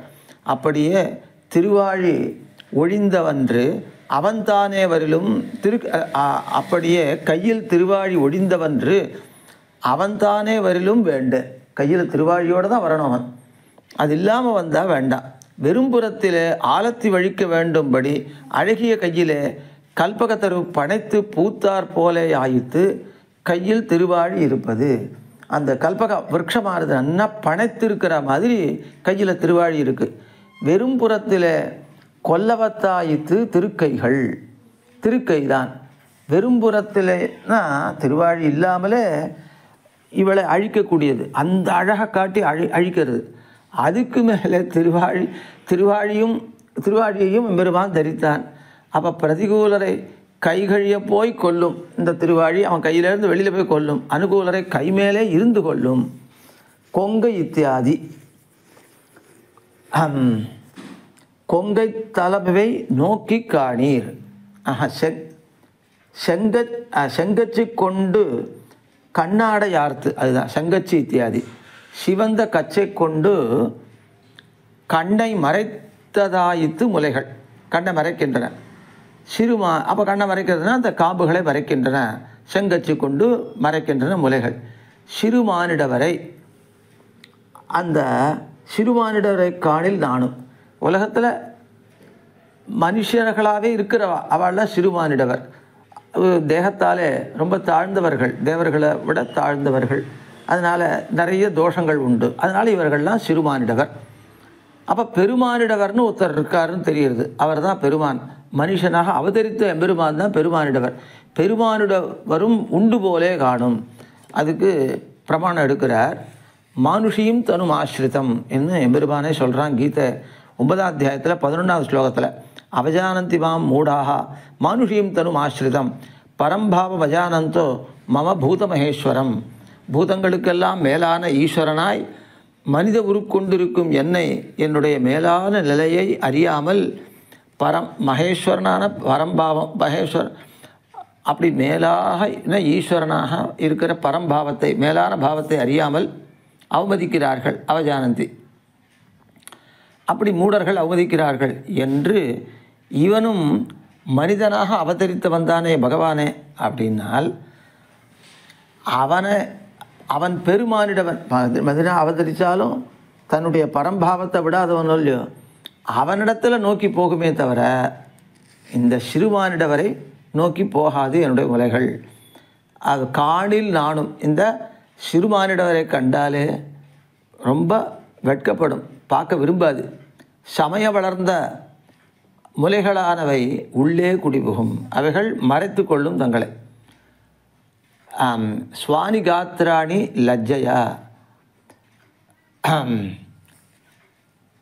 அது உச்சமானோபி பரதோ மயா லக்ஷ்மண தத்துவதா ராஜ்யமஸ்மை பிரயச்சேதி பாடமித்யேவ வக்ஷதி ததோக்தோ தர்மசீலேன பிராத்ரா தஸ்ய ஹிதே ரதः லக்ஷ்மணः பிரவிவேஷேவ ஸ்வானி காத்ராணி லஜ்ஜையா. ராமபிரான் லக்ஷ்மணன்ட்டு சொல்கிறார், லக்ஷ்மணா ராஜ்யத்தை லக்ஷ்மணனுக்கு கொடு என்று நான் பரதனிடத்தில் சொன்னால் போகிறோம், அப்படியே தருகிறேன் என்று உண்மையிலே சொல்லுவான். தர்மநெறி தவறாமல் தமையினாலே இப்படி சொல்லப்பட்டவனும் தமையினுடைய நன்மையில் ஈடுபட்டவனுமான லக்ஷ்மணன் வெட்கத்தாலே உடல் குன்றி போனான்னு இங்கே சொல்கிற. இந்த ஒருவருக்கொருவர் அம்பேத்து பெறப்படுகிற ராஜ்யம் இவர்கள் கையிலே படுகிற பாடுதே இது. அதாவது இக்ஷ்வாக்கு வம்சஸ்தர்களான ராமபிரான் லக்ஷ்மணன் பரதன் சத்ருகணன் இவர்கள்ட்ட படுகிற பாடுனா ஒருத்தர் யாரும் அது ஏற்க மாட்டேன்றா. அது அவ்வளோ விரும்புகிறா உலகத்தில், ஆனால் இவள் யாருக்கு வேணாலும் அதை கொடுத்துட்றேன்றா. அதனால் இவர்கள் கையில் படுகிற பாடுதே. அந்த மாதிரி ராஜ்யத்தில் ஆசை இல்லாதவர்களாக பரதன் இளைய பெருமாள் இருவருமே இருக்கா. பரதனை கொல்லுவன் குத்துவன் என்றா போல இளைய பெருமாள் முனிதல் தீர தன்னுடைய கோபம் தீர்வதற்காக சில வார்த்தை சொல்ல, ஏன்னா அவ்வளவு சதுரங்க சைன்யத்தோடு வராரே அப்படின்னு அது புரிந்து கொள்ளாமல் கொஞ்சம் பெருமாளை அழிக்கத்தான் வராரோன்னு நினச்சிட்டு சொன்னார் இளைய பெருமாள் வார்த்தை. சித்திரக்கூட்டத்துக்கு பரதன் வந்த சமயத்தில் சொல்ல பெருமாள் பலபடிகளாலும் மாற்றி பார்த்தார். ஐயோ அவனுடைய நல்ல சுபாவம் உனக்கு தெரியாதா, அந்த மாதிரி இடத்துல அவன் வரல அப்படின்னு எவ்வளோ சொல்லி பார்த்தார். பின்னையும் மீண்டிலர், இவர் அப்படியே இருந்தார். அதனால் பாடமித்தேவ அக்ஷதின்னு பதில் சொல்கிறார் பெருமாள். உனக்கு ராஜ்யத்தில் ஆசை இருந்தால் சொல்லு, நான் பரதன்ட்ட சொல்கிறேன், சரி உடனே நன்ன ஆளட்டுமே அவங்க கொடுத்துருவான் பாடம், சரின்னு என்னே சொல்லுவான், சரி என்றே சொல்லுவான். அவனை நான் கூட்டுன்னு காட்டுக்கு போகிறேன், நீ ராஜ்யத்தில் ஆளு அப்படின்னார். அப்போ தான் அவருக்கு ரொம்ப வெட்கம் ஏற்பட்டது. அதுவோ பிள்ளைக்கு ராஜ்ய ஸ்ரத்தை ஓடுகிறது, பிள்ளாய் நீ அத்தை தவிர என்று நான் சொன்னவாறே. இப்போ உனக்கு ராஜ்ய ஸ்ரத்தை ஓடுறது, அதனால தவிர்னு அவன்கிட்ட சொன்னேன்னா போகிறோம், தலைச்சுமையோபாதி போட்டு விடுவான் அவன் அப்படின்னு எம்பெருவான் சொன்னவாறே. காத்திரேகி சோகாபிகர்ஷிதேகின்னு ரொம்ப இவர் என்ன காத்திராணி லஜ்ஜையா. அது அதாவது காத்திரங்கள்லாம் வெட்கப்படுகின்றன. அப்படி ஆனார் இளைய பெருமாள். அடுத்தது காத்திரேகி சோகாபிகர்ஷிதேகி என்கிறபடியே அது எம்பெருமானை அணைய வேணும்னு பிராட்டி சொல்கிறார். சோகத்தினாலே ரொம்பவும் இழைத்து போன இந்த அவயவங்களோட எம்பெருமானை நான் அணைய வேணும். அல்லாதார் செய்தபடி செய்ய இச்சிறு பிரஜைகள் கண்ண நீரை பாரிகோள் என்னுமா போலே இவை நோக்கி காணீர். இந்த சின்ன குழந்தைகள், இந்த இளங்கொங்கைகள் பாருங்கோ அப்படின்னு காட்டுறாளாம் இவள். கோவிந்தனுக்கல்லால் வாயில் போகா, எம்பெருமானை தவிர யாருடைய வாசலையும் இவைகள் பார்க்க மாட்டா. இங்குத்தை வாழ்வை ஒழியவே போய், இங்கே அவனுடைய அடிச்சுவடு உருவெளிப்பாடாக தோற்றுகிறது. அப்பொழுது அனுபவிக்கலாம். உருவெளிப்பாடாக செல்கிற சமிருத்தியை விட்டு அந்த இடத்துக்கு போயிட்டா அவனுடைய இதுக்கு யமுனை கரையில் போய் சேர்ந்துட்டா அங்கே அவன் அண்ணன் நடந்திருப்பான். அதை கண்ணாலே கண்டு அனுபவிக்கலாம் அவனுடைய அடிச்சுவட்டை. அதனால் மனசில் தோத்துற அடிச்சுவடை என்ற சமிருத்தி இந்த தேசத்தில் இருக்குது. அதை விட்டு கண்ணாலேயே காணக்கூடிய சௌபாகியம் அங்கே ஏற்படுறது. கண்ணாலேயே கண்டு அனுபவிக்கலாம் சமிருத்தி அந்த தேசத்தில் இருக்குது. அந்த தேசத்திலே கொண்டு போய் புகடுங்கோள். தூய பெருநீர் யமுனையிலே எம்பெருமானும் அதாவது கண்ணனும் கோபிகைகளும் கொப்பளித்து துப்பிய நீரை உடைய, அதனாலே தூய்மை அடைந்த யமுனை, அதை அந்த துறையை உடையவன். தானும் அவனுமாய் ஜலக்கிரீடை பண்ணி விளையாட காணும் நினைவு. ரெண்டு பேரும் அப்படியே ஜலக்கிரீடை பண்ணி விளையாடுதான் தான் யமுனைக்கரைக்கு என்னை உய்த்திடுவின்னு இந்த பாட்டில், இந்த 4ஆம் பாட்டில் சொல்கிறா ஆண்டாள். நாச்சியார் திருமொழி 12ஆம் பதிகத்தில் 5ஆம் பாட்டு. ஆர்க்கு மென்னோய் இது அறியலாகா அம்மனமீர் துழதிப்படாதே கார்க்கடல் வண்ணன் என்பானொருவன் கைகண்ட யோகம் தடவத்தீரும் நீர்க்கரை நின்ன கடம்பை ஏறி காளியின் உச்சியில் நட்டம் பாய்ந்து போர்க்களமாக நிருத்தம் செய்த பொய்கைக் கரைக்கென்னை உய்த்திடுவின். அம்மனமீர் தாய்மார்களே, என்னுடைய இது நோய், இந்த வியாதியானது ஆர்க்கும் எப்படிப்பட்டவர்களுக்கும் அறியலாகாது, அறிய முடியாது. தொழுதிப்படாதே, நீங்கள் கண்ட பரிகாரம் செய்து துக்கப்படாமல் நீர் கரை நின்ன காளிங்கமடுவின் கரையில் இருந்த கடம்பை ஏறி, கடம்ப மரத்தின் மேலே ஏறி காளியன் உச்சியில், காளியநாகத்தின் படத்தின் மேலே, அந்த கழுத்தின் மேலே இருக்கிற தலை மேலே நட்டம் பாய்ந்து, ஒரு நர்த்தன வகையாக பாய்ந்து போர்க்களமாக அப்பொய்கைதானே யுத்தகளமாம்படியாக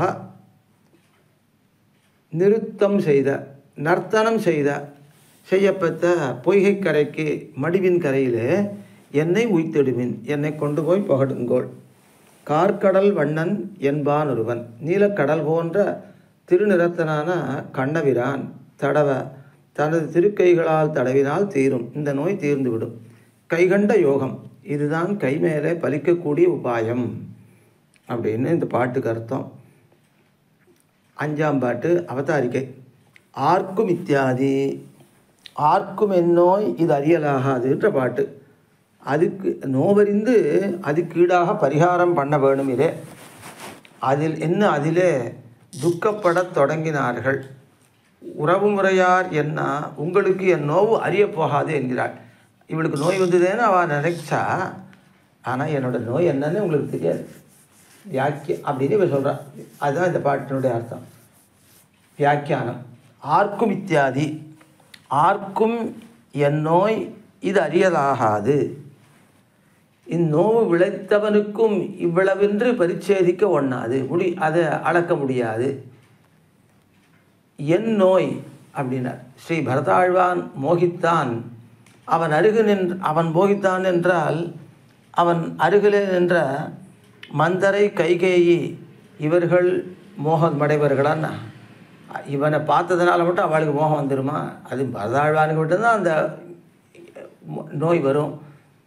அஸ்ய ராஜகுலஸ்யாஸ்ய தொததீனம் ஹி ஜீவிதம் அப்படின்னு சொல்கிறார். அதாவது புத்திர வியாதிர் நதே கச்சித் சரீரம் பரிபாதத்தை, அஸ்ய ராஜகுலஸ்யாத்ய தொததீனம் ஹி ஜீவிதம். பிள்ளாய் பரதா, இது ராமாயண யுத்தகாண்டத்தில் 87வது சர்க்கம் 3வது ஸ்லோகம். பிள்ளாய் பரதா ஏதேனும் ஒரு 8வது ஸ்லோகம் அது. பிள்ளாய் பரதா ஏதேனும் ஒரு வியாதி உன் திருமேனியே வருத்துகிறதா? இந்த ராஜகுலத்தின் வாழ்வு உன்னை பற்றி என்றோ நிற்கிறது என்று சொன்னாலாம் கௌசல்யை.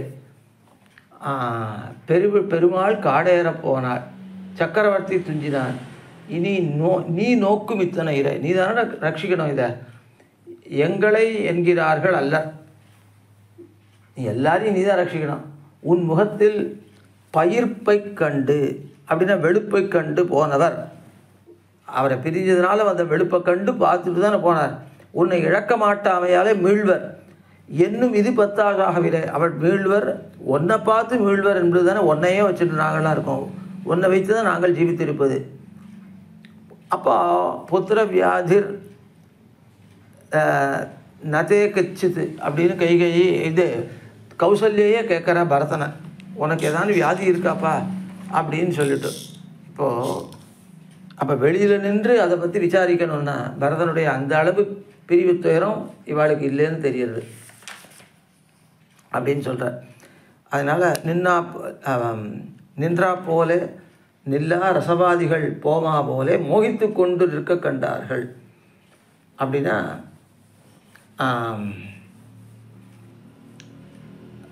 இந்த ரசவாதிகள் என்ன பண்ணுவான், கையில் எதிரில் இருக்கிறாப்ப இருப்பான், திடீர்னு மறைந்து போவான். அந்த மாதிரி நின்றுட்டே இருக்கிறச்சே திடீர்னு மயங்கி விழுந்தான் இந்த பரதாழ்வான். அதை கண்டார்கள்.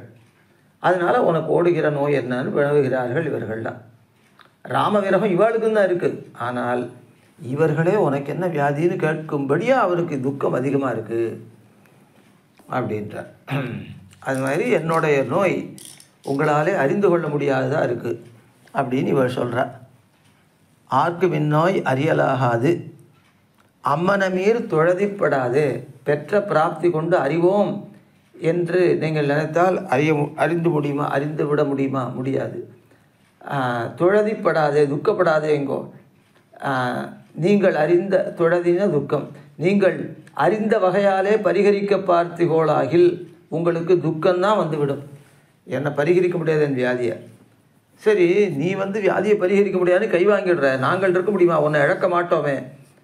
நீ என்ன பரிகாரமாக நினைத்திருக்கிறாய்? உன் வியாதிக்கு பரிகாரமாக என்ன நினைத்திருக்கிறாய் என்று தாய்மார்கள் கேட்டா.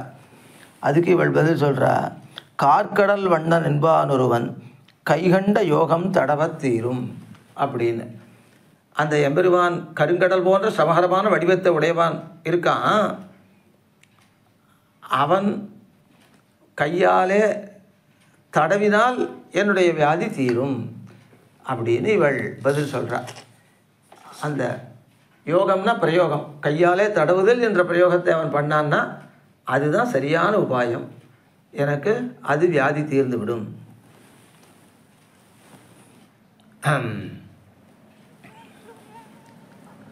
நீர்க்கரை நின்ன கடம்ப ஏறி, இங்கே இருந்து எனக்கு பரியாதே அவனுக்கு பரியலாம் தேசத்தை கொடுபோய் புகடுங்கோள். நீர்க்கரை இத்தியாதி. அப்போ நீர்க்கரை நின்ன கடம்ப ஏறி காளியின் உச்சியில் நட்டம் பாய்ந்து போர்க்களமாக நிறுத்தம் செய்த. அப்போ நான் காளியின் உச்சியில் நட்டம் பாய்ந்து வரைக்கும் அப்படின்னா நீர்க்கரை நின்ன கடம்ப ஏறி முதலிலே தொடங்கி பயாவகமாக இருப்பதொன்றாய்த்து. இந்த காளியன் மேலே நடனம் ஆடுறதுக்கு முதல்ல ஒரு கடம்ப மரத்தில் ஏறுறான். அந்த கடம்ப மரத்தில் ஏறின முதலேவே பயமாக இருக்குது எம்பெருமானுடைய செயல்கள். முதலிலே விஷஜலம் தாரகமாக முளைத்து வளர்ந்ததிலே காளியன் கக்கர விஷஜலத்தினாலேயே தானே அந்த மரம் நன்னா முளைத்து வளர்ந்துருக்கு. அப்போ இதுவே எவ்வளோ விஷம் இருக்குமோ தெரியாதுன்னு அப்படி இதில் ஏறினது முதலே பயத்தை உண்டாக்குறது அவளுக்கு. அதுக்கப்புறம் அவன் அதில் பாய்ந்து காளியன் மேலே பாயிறான், காளியனை கிளப்புறான். அந்த ஆரவாரத்தை பண்ணிட்டு காளியன் மேலே பாயிறான் எம்பெருமான். அவன் கிளப்பினவாறே அவன் தலை இலக்காக பாயலாம்படி கடம்பிலே உயர வேறுனான் ஆயிடுது. அவன் கிளம்பின உடனே அவன் தலையை லட்சியமாக கொண்டு பாயணும்னு கடம்பு மரத்து மேலே ஏறினான் பெருமான். காளியன் உச்சியில் நட்டம் பாய்ந்து பாயிற போதே காளியன் தலை காலாக பாய்ந்தான். அவன் தலையிலே தன் கால் பதியும்படி பாய்ந்தான். போர்க்களமாக நிறுத்தம் செய்த. அப்போ காளியன் உச்சியில் நட்டம் பாய்ந்துன்னா அப்படி நன்றாக தன்னுடைய கால் பதியும்படி பாய்ந்து அப்புறம் போர்க்களமாக நிறுத்தம் செய்த. அதுவே ஒரு போர்க்களம் என்று சொல்லும்படியாக நர்த்தனம் பண்ணுறான் பெருமான். நிறுத்தம் செய்த. இப்போ போர்க்களம் இத்தியாதிக்கு பட்டர் அருளி செய்கிற ஒரு வார்த்தையை சொல்கிறார். இப்போ இந்த பொய்கையை போர்க்களம்னு சொல்கிறாரா, காளியன் தலையை போர்க்களம்னு சொல்கிறாரா அப்படின்னு கேட்குறார். அப்போ போர்க்களமாக நிறுத்தம் செய்த பொய்கை கரைக்கு அப்படின்னார். அந்த எது போர்க்களம் அப்படின்னு, அப்போ காளியன் தலையும் போர்க்களம் இல்லை, பொய்கையும் போர்க்களம் இல்லை. அப்போது போர்க்கரையே தான், அப்படின்னு எதை சொல்லலான்னு பார்த்தா, பொய்கையும் இல்லை காளியனும் இல்லை, பொய்கை கரை தான் போர்க்களமாக இருக்குதுன்னு சொல்லணும்னு பட்டர் நிர்வாகம் பண்ணுறாராம். அதை நம்பிள்ள தாமே கேட்டிருக்கார். அதை இப்படி சொல்கிறார். பட்டர் அருளி செய்ய நான் கேட்டேன். யார்? நம்பிள்ள கேட்டார். ஏன்னா நஞ்சியருடைய சிஷியர் தான் நம்பிள்ள. ஆனால் அவரே பட்டர் இடத்துல கேட்டிருக்காராம். பட்டர், நஞ்சியர், நம்பிள்ள. அப்படி அருளி செய்வர். காளியன் தலையிலே கிருஷ்ணன் பாய்ந்தான் என்று கேட்டார். கேட்ட விடங்களிலே அழ விழுந்ததாயித்து. அவெல்லாம்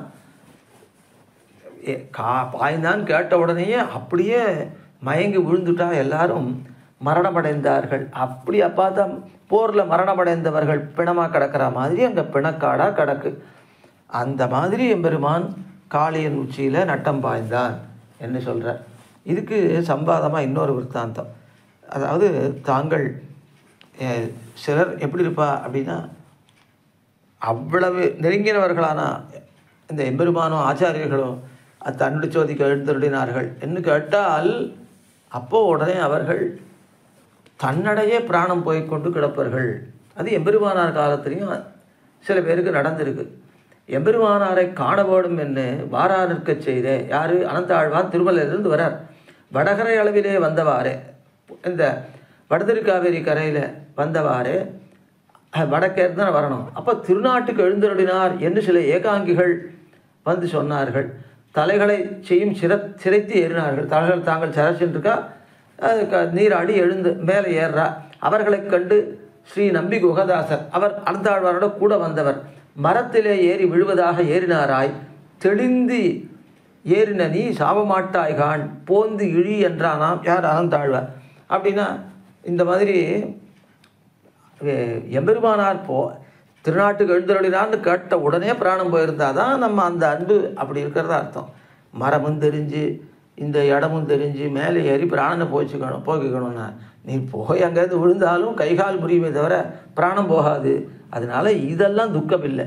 அதுதான் எப்படி அதை கேட்டவாறே மூச்சடங்கினார்களே அந்த காளியன் தலைவேல் நட்டம் பாய்ந்த போது, அந்த மாதிரி மூச்சடங்கினால் நமக்கு அந்த பிரேமம் இருக்குன்னு சொல்லலாம். நமக்கெல்லாம் அவ்வளவு இல்லை, அதனால இறங்கும்னு சொன்னாராம். அதனால் தாங்களாக பிராணனை போக்கிக் கொள்ளக்கூடாதுன்னு ஆச்சாரியாளுடைய சித்தாந்தம். அதனால் எம்பெருமானுடைய பிரிவித்துயரம் அந்த அளவு அவளை பிராணனை இழக்க பண்ணுறது. அப்படி எல்லாரும் எம்பெருமான் ஈடுபட்டு கிடந்த பொய்கைக்கரைக்கு என்னை ஊய்த்திடுவேன்னு இங்கே தாயார் சொல்கிறார். இங்கே தெளிவோடு இருந்து கிளேசப்படாதே மோகித்து கிடக்கலாம் தேசத்திலே புகடுங்கோள். இங்கிருந்து தெளிவோடு இருந்தானே கிளேசப்படுறேன் அவன் கிடைக்கலையேன்னு. அங்கே போனால் மோகிச்சு விழலாம் இல்லையோ, அந்த தேசத்துக்கு என்னை சென்று சேருங்கள்னு சொல்கிறார் இந்த 5ஆம் பாட்டில். நாச்சியார் திருமொழி 12ஆம் பதிகத்தில் 6ஆம் பாட்டு. கார்த்தன் முகிலும் கருவிளையும் காயாமலரும் கமலப்பூவும் ஈர்த்திடுகின்ற என்னை வந்திட்டு இருடிகேசன் பக்கல் போகே என்று பேர்த்து பசித்து வயிறசைந்து வேண்டடிசில் உண்ணும்போது ஈதன்னு பார்த்திலிருந்து நெடுநோக்கு கொள்ளும் பத்த விலோசனத்து என்னை விலோசனத்து உய்த்திடுவின்.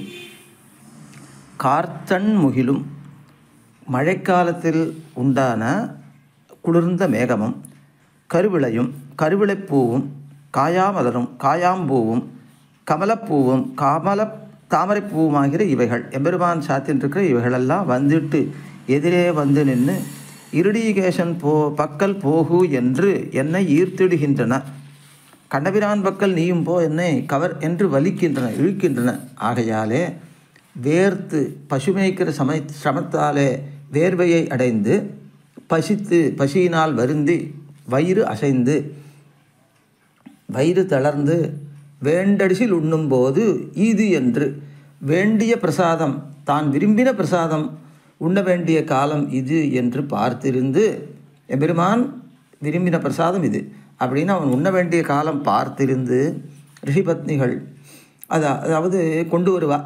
அவன் விரும்பி சாப்பிட்றான், அதை அவர்கள் கொண்டு வருவார்கள் என்று பார்த்திருந்து ரிஷிபத்னிகளின் வரவை எதிர்பார்த்திருந்து நெடுநோக்கு கொள்ளும் நெடுங்காலம் கட்டாட்சித்து கொண்டிருக்கும் இடமான இவர்கள் வருவாளா என்றே பார்த்து கொண்டிருக்கும் இடமான பத்த விலோசனத்து பக்த விலோசனம் என்ற ஸ்தானத்திலே, அதாவது சோரை பத்தம்னா சமைத்த உணவு அப்படின்னு அர்த்தம், சமைத்த அன்னம். அந்த அன்னம் வருமா என்று விலோச்சனம்னா பார்த்திருக்கிற இடம், அந்த ஸ்தானத்திலே உய்த்திடுவின், என்னை கொண்டு போய் சேர்த்து விடுங்கள் என்ன ஆண்டாள் எம்பெருமானிடத்தில் அன்பினாலே இவர்களை பிரார்த்திக்கிறாள். அந்த வேர்த்து பசித்து வயிறசைந்து நானே சென்று முறைகட பத்தினேன் ஆகாதே, நீங்களே அந்த பக்த விலோச்சனத்தில் என்னை கொண்டு சேருங்கள். அங்கே எம்பெருமான் எப்படி இருக்கான்னா, வேர்த்து பசுக்களை கொண்டு போனால் காதம் இருகாதம் அவ்வருகே கைகழிய விட்டு ரொம்ப தூரம் அதுகள் போயிடும். அதுக்கப்புறம் ஈவன் மத்தியானம் வேலை ஆயிடுறது அதுகள் நன்னா புஜிச்சுட்டு இருக்கும். ரிஷிகளுடைய ஆசிரமங்களிலே சேமம் வேண்டியிட்டு அந்த அன்னத்தை அவர்கள் கொடுக்கிற தளிகையை வேண்டிவிட்டு அவர்கள் கொடுப்பார்களா என்ன கோபர்களை அனுப்பிதான் பெறுவான் கூட வந்த பிள்ளைகளை. அவர்கள் பிரதானராக இருந்தார்கள், அதனால் கொடுக்கல. அதுக்கப்புறம் திரும்பி வந்துட்டா அவள் கொடுக்கலேன்னு சொல்லிவிட்டு இந்த பிள்ளைகள்லாம் பத்னி சாலைகளில் போங்கோ அப்படின்னு போய் கேட்டு அனுப்பிச்சான். அவர்கள் சேமம் கொடுத்து விட்டார்கள் நன்றாக. ஏன் தாங்களே எடுத்துக்கொண்டு வந்தார்கள். சேமம் கொடுத்து விட்டால் இவர்களிடத்தில் அனுப்பினால் அதன் வடிவு பார்த்து அந்த சோத்தினுடைய வடிவு பார்த்து அந்த சோத்தினுடைய ஆகாரத்தை பார்க்குறான். அன்பெல்லாம் நிறைஞ்சிருக்கிறதுல அதை அப்புறம் திருமேனி எங்கும் வேர்த்து பசித்து தடுமாறி வேண்டடிசில் ஆயித்து தான் விரும்பின அன்னமாயித்து அவன் உண்ணுகிறது. அப்போ பிரயோஜனாந்தரபரர் இடக்கூடிய சோத்தை குழியிலே கால் கழுவினாரோ பாதியாக ஆய்த்து கொள்ளுவது. அப்படின்னா கிரகத்துக்கு நிமந்திரண சுவாமிகள் எல்லாம் கூப்பிடுறோம். அவர்கள் ஒரு கடமைக்காக அன்னத்தை புஜிக்க வேணும் அப்படின்றதுனால அவர்களுக்கு காலை அலம்பி விட்டு குழியில் காலை அலம்பி விட்டு அந்த சிவாதீரத்தை தலையில் தெளிச்சுன்னா அதுக்கப்புறம் அவர்களை உபச்சாரம் பண்ணி உட்கார வைக்கிறோம். அவளும் புஜிக்கிறார்கள். அதுக்கு பிறகு அவர்களை பிரதர்ஷனம் பண்ணுறச்சு மாதிரி இந்த பத்திர சாக்காதிகளால் உங்களை ரொம்ப சிரமப்படுத்தினோம் அப்படின்னு ஏன்னா அவர் நியமத்தோடு அவர்கள் புஜிக்க வேணும், அது ஒரு சிரமமாக ஆகிடும். அந்தமாரி கடமைக்காக புஜிப்பான் ரிஷிகள் யாகங்களில் கொடுக்குற அன்னங்களை. ஆனால் இந்த ரிஷி பத்தினிகள் அன்போடு சமர்ப்பிக்கிறதுனால ரொம்ப விரும்பி எம்பெருமான் ஏற்றுக்கொள்ளுவான். பெரியாழ்வார் பெண் பிள்ளை இடுமது போல ரிஷி பத்தினிகளுடைய அன்னத்தை ஏற்றுக்கொள்ளுவான். அவள் இத்தனையும் அமுது செய்த பெரில் நான் 100,000 கொடுத்து பின்னும் ஆளும் செய்வன் என்று அவ்வளவு அன்போடு சொல்கிறான் ஆண்டாள். அந்த மாதிரி அவர்களும் இருக்கிறார்கள். அப்படி பெரியாழ்வார் மகளாய் இழந்திராத ஒரு பட்டை சோத்தை கொண்டு போனார்கள் ரிஷிபத்தினிகள்லாம். நான் இங்கே இருந்துட்டு அவனை கொண்டு போக முடியாமல் இருக்கேன், அங்கவர்கள் கொண்டே போனார்கள். அந்த இடத்துல நான் போய் கிட்ட போகணும். அதனால் பத்த விலோசனத்து உய்த்திடுமின். அந்த சோறு பார்த்து இருந்த விடம் அது பத்தம் என்று சோத்துக்கு பெயர், அதாவது அந்த சமைத்த அன்னத்துக்கு பெயர். விலோச்சனம் என்று பார்வை, அந்த பார்வை எம்பெருமானுடைய பார்வை பட்ட இடம், அதுதான் அந்த பத்த விலோச்சனம். அந்த அந்த சமைத்த அன்னத்தை பார்த்திருந்த விடத்தில் என்னை கொண்டு சேருங்கள் என்னை இந்த பாட்டினாலே பிரார்த்திக்கிறாள் ஆண்டாள். நாச்சியார் திருமொழி 12ஆம் பதிகத்தில் 7ஆம் பாட்டு. வண்ணந்திரிவும் மனங்குழைவும் மானமிலாமையும் வாய்வெழுப்பும் உண்ணலுறாமையும் உள்மெலிவும் ஓதநீர் வண்ணன் என்பானொருவன் தன்னந்துழா என்னும் மாலை கொண்டு சூட்டத் தணியும் பிளம்பந்தன்னை எண்ணழியப் பலதேவன் வென்ன பாண்டி வடத்து என்னை உய்த்திடுமின். இது பதவுரை. வண்ணம் திரிவும் என்னுடைய திருமேனி நிறத்துடன் மாறுபாடும், என்னுடைய மேல்நிறத்தோட மாறுபாடும், மனங்குழைவும் மனத்தளர்ச்சியும், மானமிலாமையும் மானங்கட்டு போனபடியும், வாய் வெளுத்து போனபடியும், உண்ணல் உறாமையும் ஆகாரம் வேண்டியிராமையும், உள்மெலிவும் அறிவு சுருங்கி போனதுமாகிய இவையெல்லாம் எப்போது தணியும் என்றால், இவ்வளவு விகாரங்கள் எங்கிட்ட ஏற்பட்டிருக்கின்றன. எப்போ அதெல்லாம் தணியும்? ஓதநீர் வண்ணன் என்பான் ஒருவன் கடல் வண்ணன் என்று பிரசித்தனாக ஒப்பத்தவனாக கண்ணபிரான் இருக்கானே, அவனுடைய தன்னந்துழா என்னும் மாலை கொண்டு சூட்ட, குளிர்ந்து அழகிய திருத்துழாய் மாலை அவன்கிட்ட இருக்க, அதை கொண்டு சூட்டும் அளவில் தணியும் நீங்கும். அத்திருத்துழாய் மாலை உங்களால் இங்கே கொண்டு வந்து கொடுக்க முடியாதாகில் பலதேவன் பிலம்பந்தன்னை பலராமன் பிரலம்பாசுரனை பண்ணடிய எலும்பு மூட்டுக்கள் உருக்குலையும்படி வென்ற கொன்று முடித்த இடமாகிய பாண்டிவடத்து பாண்டீரவம் என்கிற ஒரு ஆலமரம் அதன் அருகில் என்னை உய்த்திடுவேன், என்னை கொண்டு போய் சேருங்கள். 7ஆம் பாட்டுக்கு அவதாரிக்க இடுற பிரிவாசம் பிள்ளை, உனக்கு இந்த அந்யதாபாவம் இவ்வளவு விகாரங்கள் கீழே சொன்ன விகாரங்கள்லாம் எத்தாலே தீரக்கடவது என்ன, அது இன்னது என்கிறாள். இன்னதால் தீரும்னு சொல்கிறார். அவன் வெற்றி மாலை இட்டானே, வெற்றி மாலையிட்டு நின்ற விடத்திலே என்னை கொண்டு போய் சேருங்கள், புகடுங்கோள், அப்பொழுது தீரும் என்று சொல்கிறார். அங்கே பலராமன் தான் அந்த பிரலம்பாசுரனை வென்றான். இப்போ இது எல்லாம் தீர்றது பலராமன் அந்த பாண்டீரவத்தில் அந்த ஆலமரத்து அடியில் பிரலம்பாசுரனை வென்றானே, அப்பொழுது அவர் வெற்றி மாலை சூட்டி கொண்டானே கண்ணபிரான், அப்பொழுது அவனோட சேர்ந்து நான் சூட்டி கொண்டேன்னா எனக்கு இதெல்லாம் தடியும்னு சொல்கிறான். அது எப்படி பிரலம்பாசுரனை பலராமன் தானே ஜெயித்தான், அது எப்படி கண்ணனுக்கு அது ஒரு பெருமையை கொடுக்கும் அப்படின்னு கேட்டால் அதுக்கு சொல்கிறார், இளைய பெருமாள் இந்திரஜித்தை வதம் பண்ண அந்த வெற்றி பெருமாளதானா போலே, அதாவது ராமபிரானுடையதாக ஆயிடுத்து. அந்த மாதிரி இங்கும் நம்பி மூத்த பிரானுடைய வெற்றியும் கிருஷ்ணரதாய் இருந்ததிலே கிருஷ்ணனுடைய வெற்றியாக ஆயிடுத்து. அவன் வீராபிஷேகமும் விஜயாபிஷேகமும் பண்ணி மாலையிடும்போது அவன் தனியே நில்லாமே நானும் ஒக்க நின்று மாலையிடும்படியாக என்னை அங்கே கொடு போய் புகடுங்கோள். அவன் வீராபிஷேகம் அப்படின்னா வீரத்துக்கான ஒரு பாராட்டை பெற்று அபிஷேகம் பண்ணி கொள்ளுவான், அதாவது திருமஞ்சனம் பண்ணி கொள்ளுவான். இப்போ இதுக்காக புகழ்ந்து அவனை திருமஞ்சனம் ஆட்டுவர்கள் வீரத்துக்காக. அப்புறம் விஜயாபிஷேகம், அவன் வெற்றி பெற்றானோ இல்லையோ அதற்காக பாராட்டை செய்து அவனுக்கு ஒரு அபிஷேகம் பண்ணுவார்கள். அப்பொழுது அந்த அபிஷேகங்கள் பண்ணி மாலையிட்டு கொள்ளுவன். அப்பொழுது அவன் தனியே இல்லாமல் நானும் ஒக்க நின்று மாலையிடும்படியாக என்னை அங்கே கொடுபோய் புகடுங்கோள் என்று இந்த பாட்டாலே பிரார்த்திக்கிறார். இந்த 7ஆம் பாட்டாலே நாச்சியார் திருமொழி 12ஆம் திருமொழி 12ஆம் பதிகம், அதில் 8ஆம் பாட்டு. கத்தினம் மேய்க்கவும் மேய்க்கப் பெற்றான் காடுவாழ் சாதியுமாக பெற்றான் பத்தி உரலிடை ஆப்பு முண்டான் பாவிகால் உங்களுக்கு ஏச்சுக்கொலோ கத்தன பேசி வச உணாதே காலிகள் உய்ய மழை தடுத்து கொத்தக்குடையாக வேந்து நின்ன கோவர்தனத்தென்னை உய்த்திடுவின். இதுக்கு பதவுரை. கண்ணபிரான் கத்து இனம் கன்றுகளின் திரள்களை மேய்க்கவும் மேய்க்கப் பெற்றான், மேய்ப்பதையே தொழிலாக பெற்றவனும் ஆனான். காடுவாழ் சாதியுமாக பெற்றான், வீட்டை விட்டு கழிந்து காட்டிலேயே தங்கி வாழும்படியான இடச்சாதியிலும் பிறக்க பெற்றான்.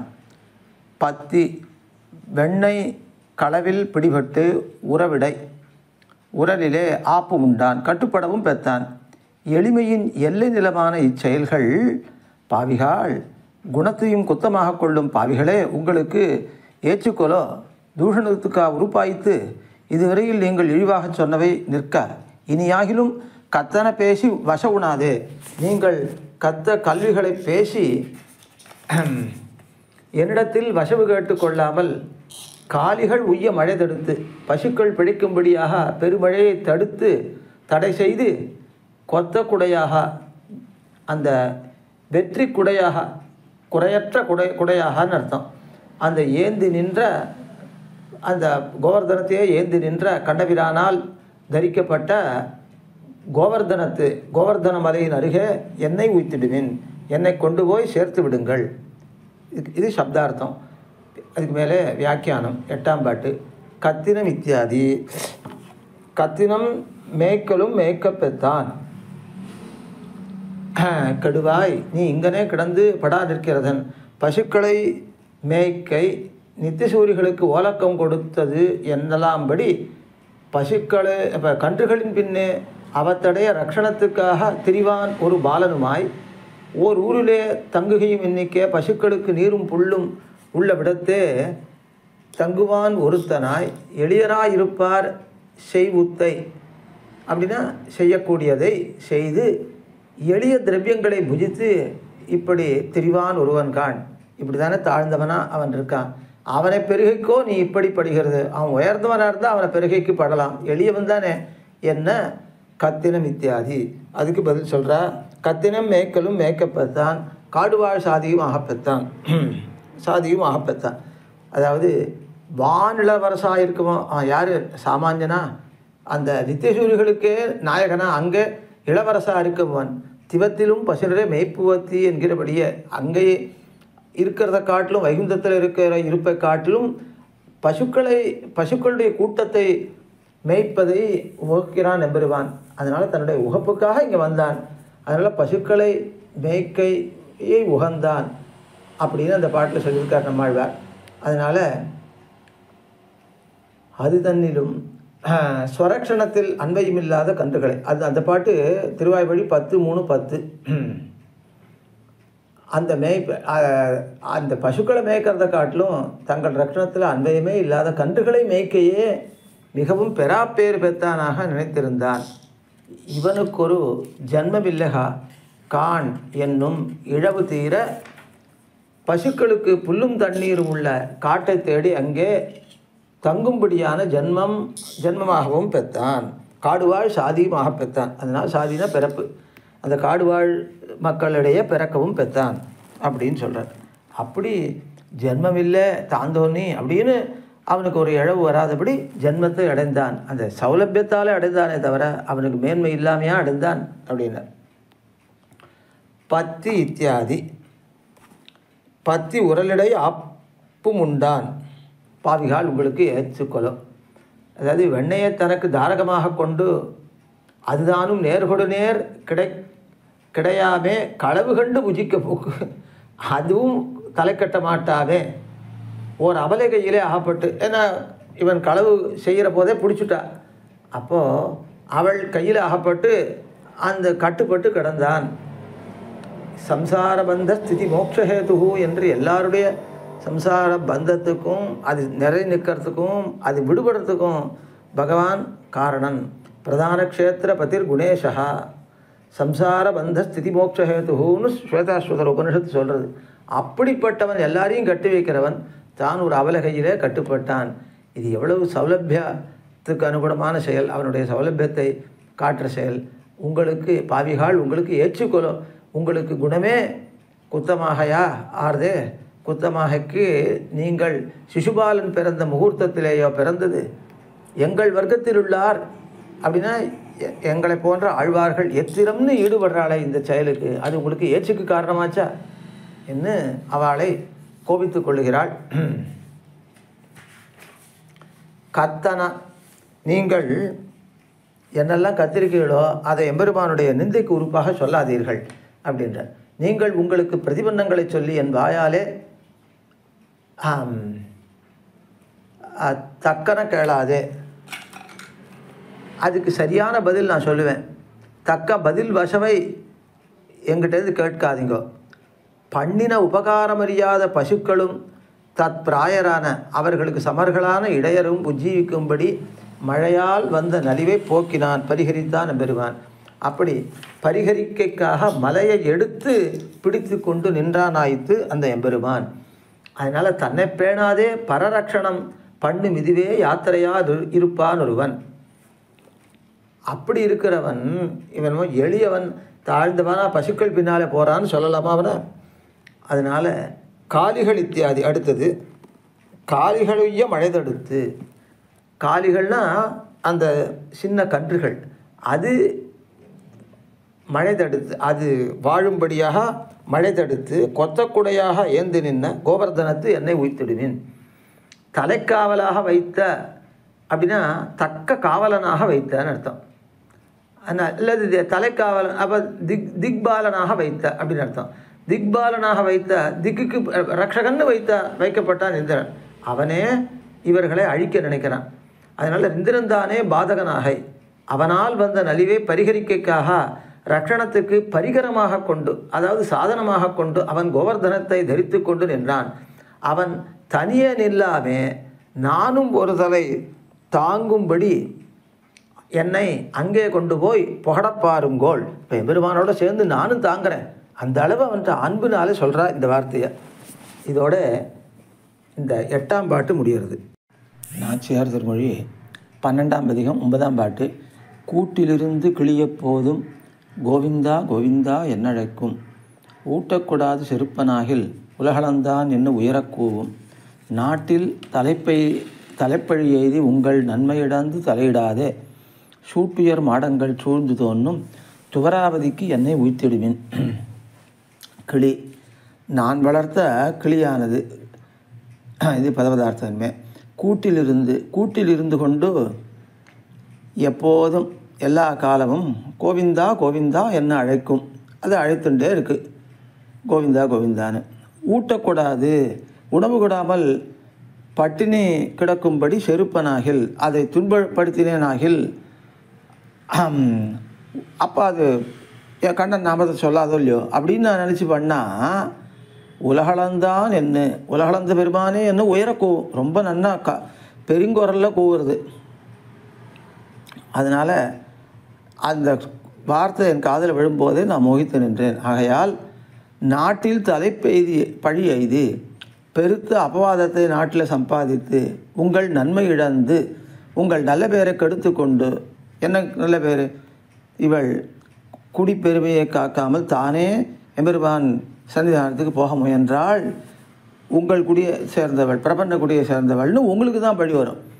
அதை கேட்டு நீங்கள் தலையிடாதே, கவிழ் தலையிடாதே, ஒருவரையும் நோக்க முடியாமல் கவிழ் தலையிட்டு நிற்க வேண்டாதபடி நீங்களே கொண்டு விட்டுருங்க.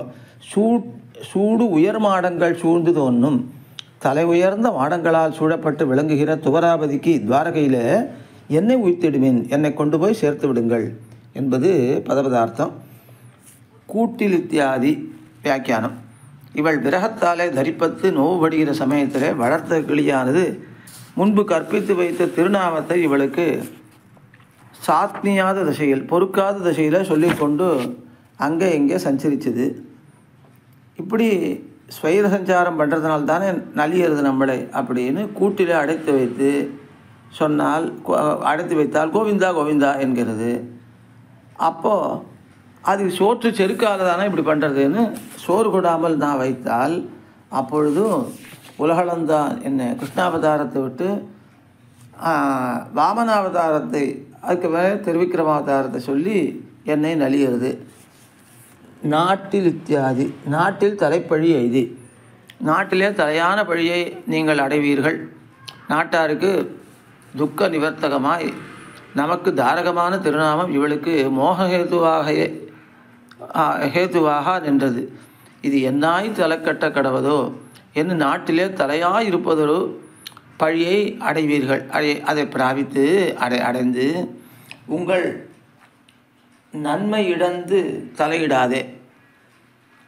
அவன்தானே வருமளவும் பார்த்திருந்திரள் இந்த பெண் பிள்ளை, இவள் தானே போவதாக உருப்பட்டாள் என்று உங்கள் நன்மையை இழந்து, இந்த குடியை சேர்ந்தவள் அப்படி போக உருப்பட்டாள்னு உங்களுக்கு நன்மை உங்கள் நன்மையை நீங்கள் இழக்க வேண்டி வரும், உங்கள் பெருமையை நீங்கள் இழக்க வேண்டி வரும்.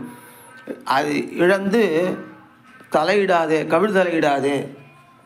சூட்டியர் மாடங்கள் சூழ்ந்து தோன்றும் துவராபதிக்கு என்னை உய்த்திடுவேன். நெற்றிகள் சூழ்ந்து தோன்றான் என்னுள்ள, நெற்றிகள்னால் மேல் தடங்கள், அவைகள்லாம் உயர்ந்து தோன்றுகிற மாடங்களால் சூழ்ந்து தோன்றான் என்னுள்ள ஸ்ரீமத் துவாரகையிலே கொண்டு போய், அந்த துவாரகையிலே கொண்டு போய் புகடுங்கோள். அங்கே 16,000 மாளிகைகள் இருக்கின்றன. அந்த மாளிகையாக எடுத்து என்னை அதிலே வைத்து அவர்களோடொக்க அனுபவிக்கும்படியாக என்னை அங்கே கொண்டு போய் புகடுங்கோள்.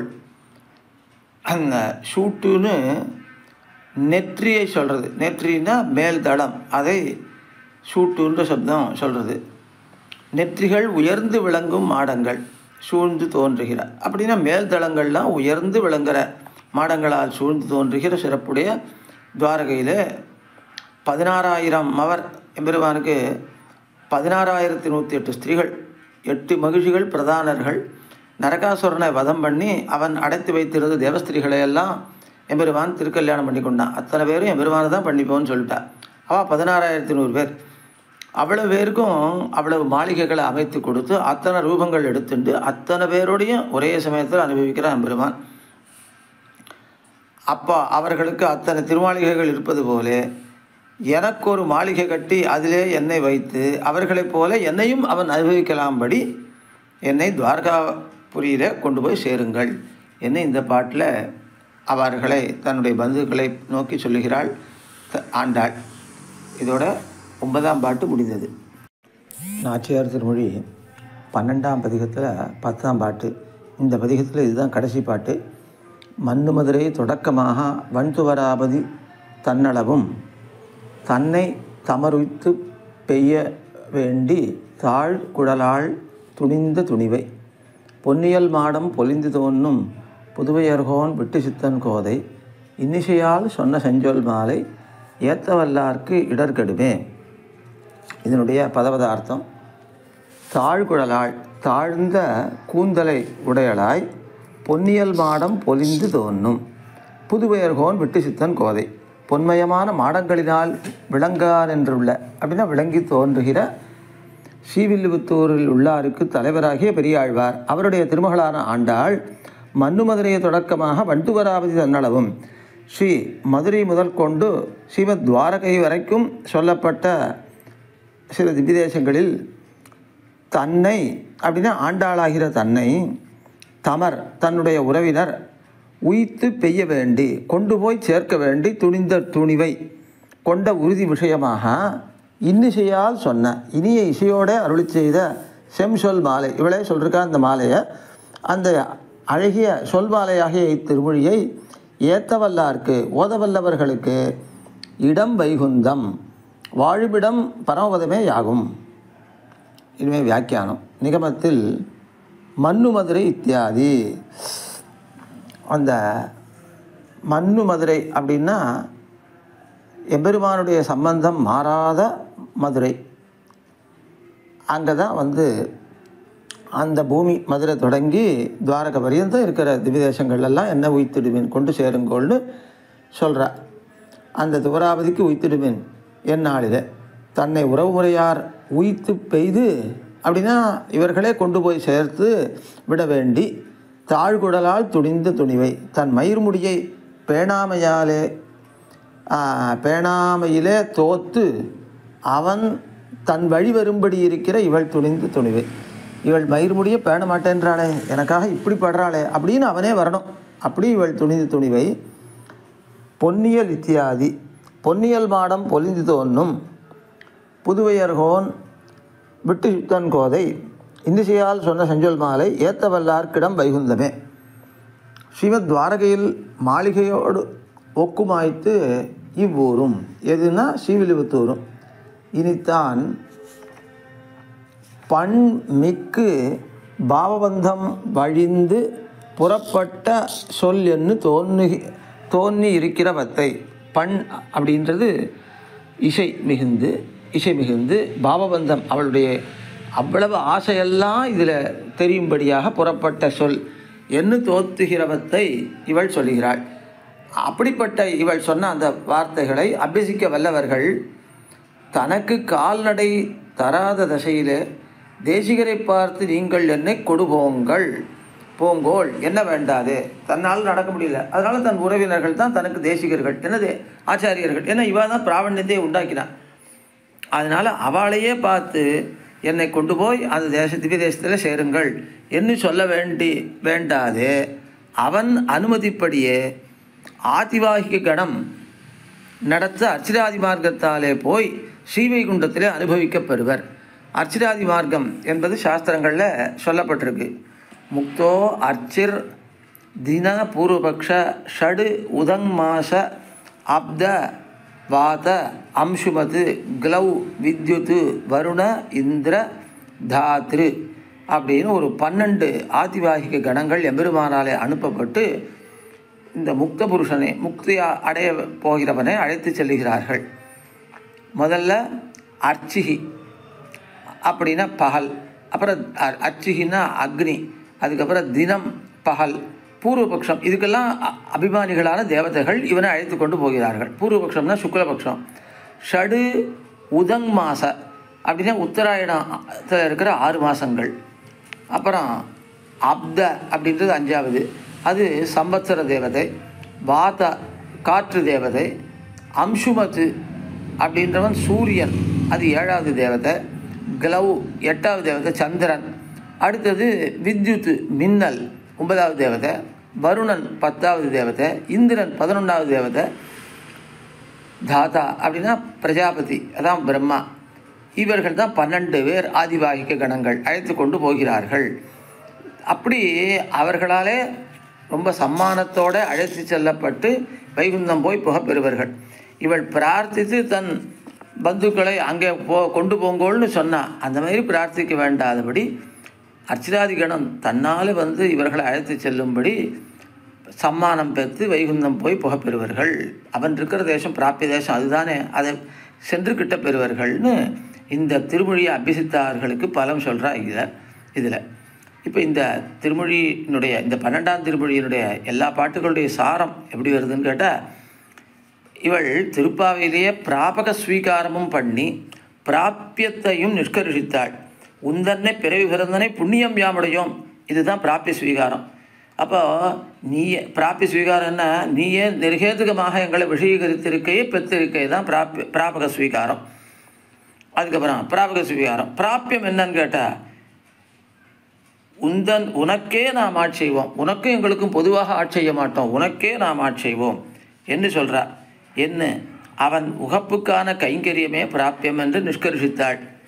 இப்படி இந்த பிரதிபத்தி பிராப்பிய பிராபக புத்தி இவளிடத்தில் கண்டடிவில்லாமல் இருக்குது. பிராப்பியம் இன்னது தான், அப்போ பகவானுடைய கைங்கரியந்தான், அவன் உகப்புக்கான கைங்கரியந்தான் என்பது அந்த கண்டடிவில்லாமல் இருக்குது. பிராபகம் அவன்தான் அப்படின்ற நிச்சயமும் இருக்குது. அப்படி அவனிடத்துலையும் இவளை ஸ்வீகரிக்கணும்னு அபினிவேஷம் கரைபுரண்டு இருக்குது.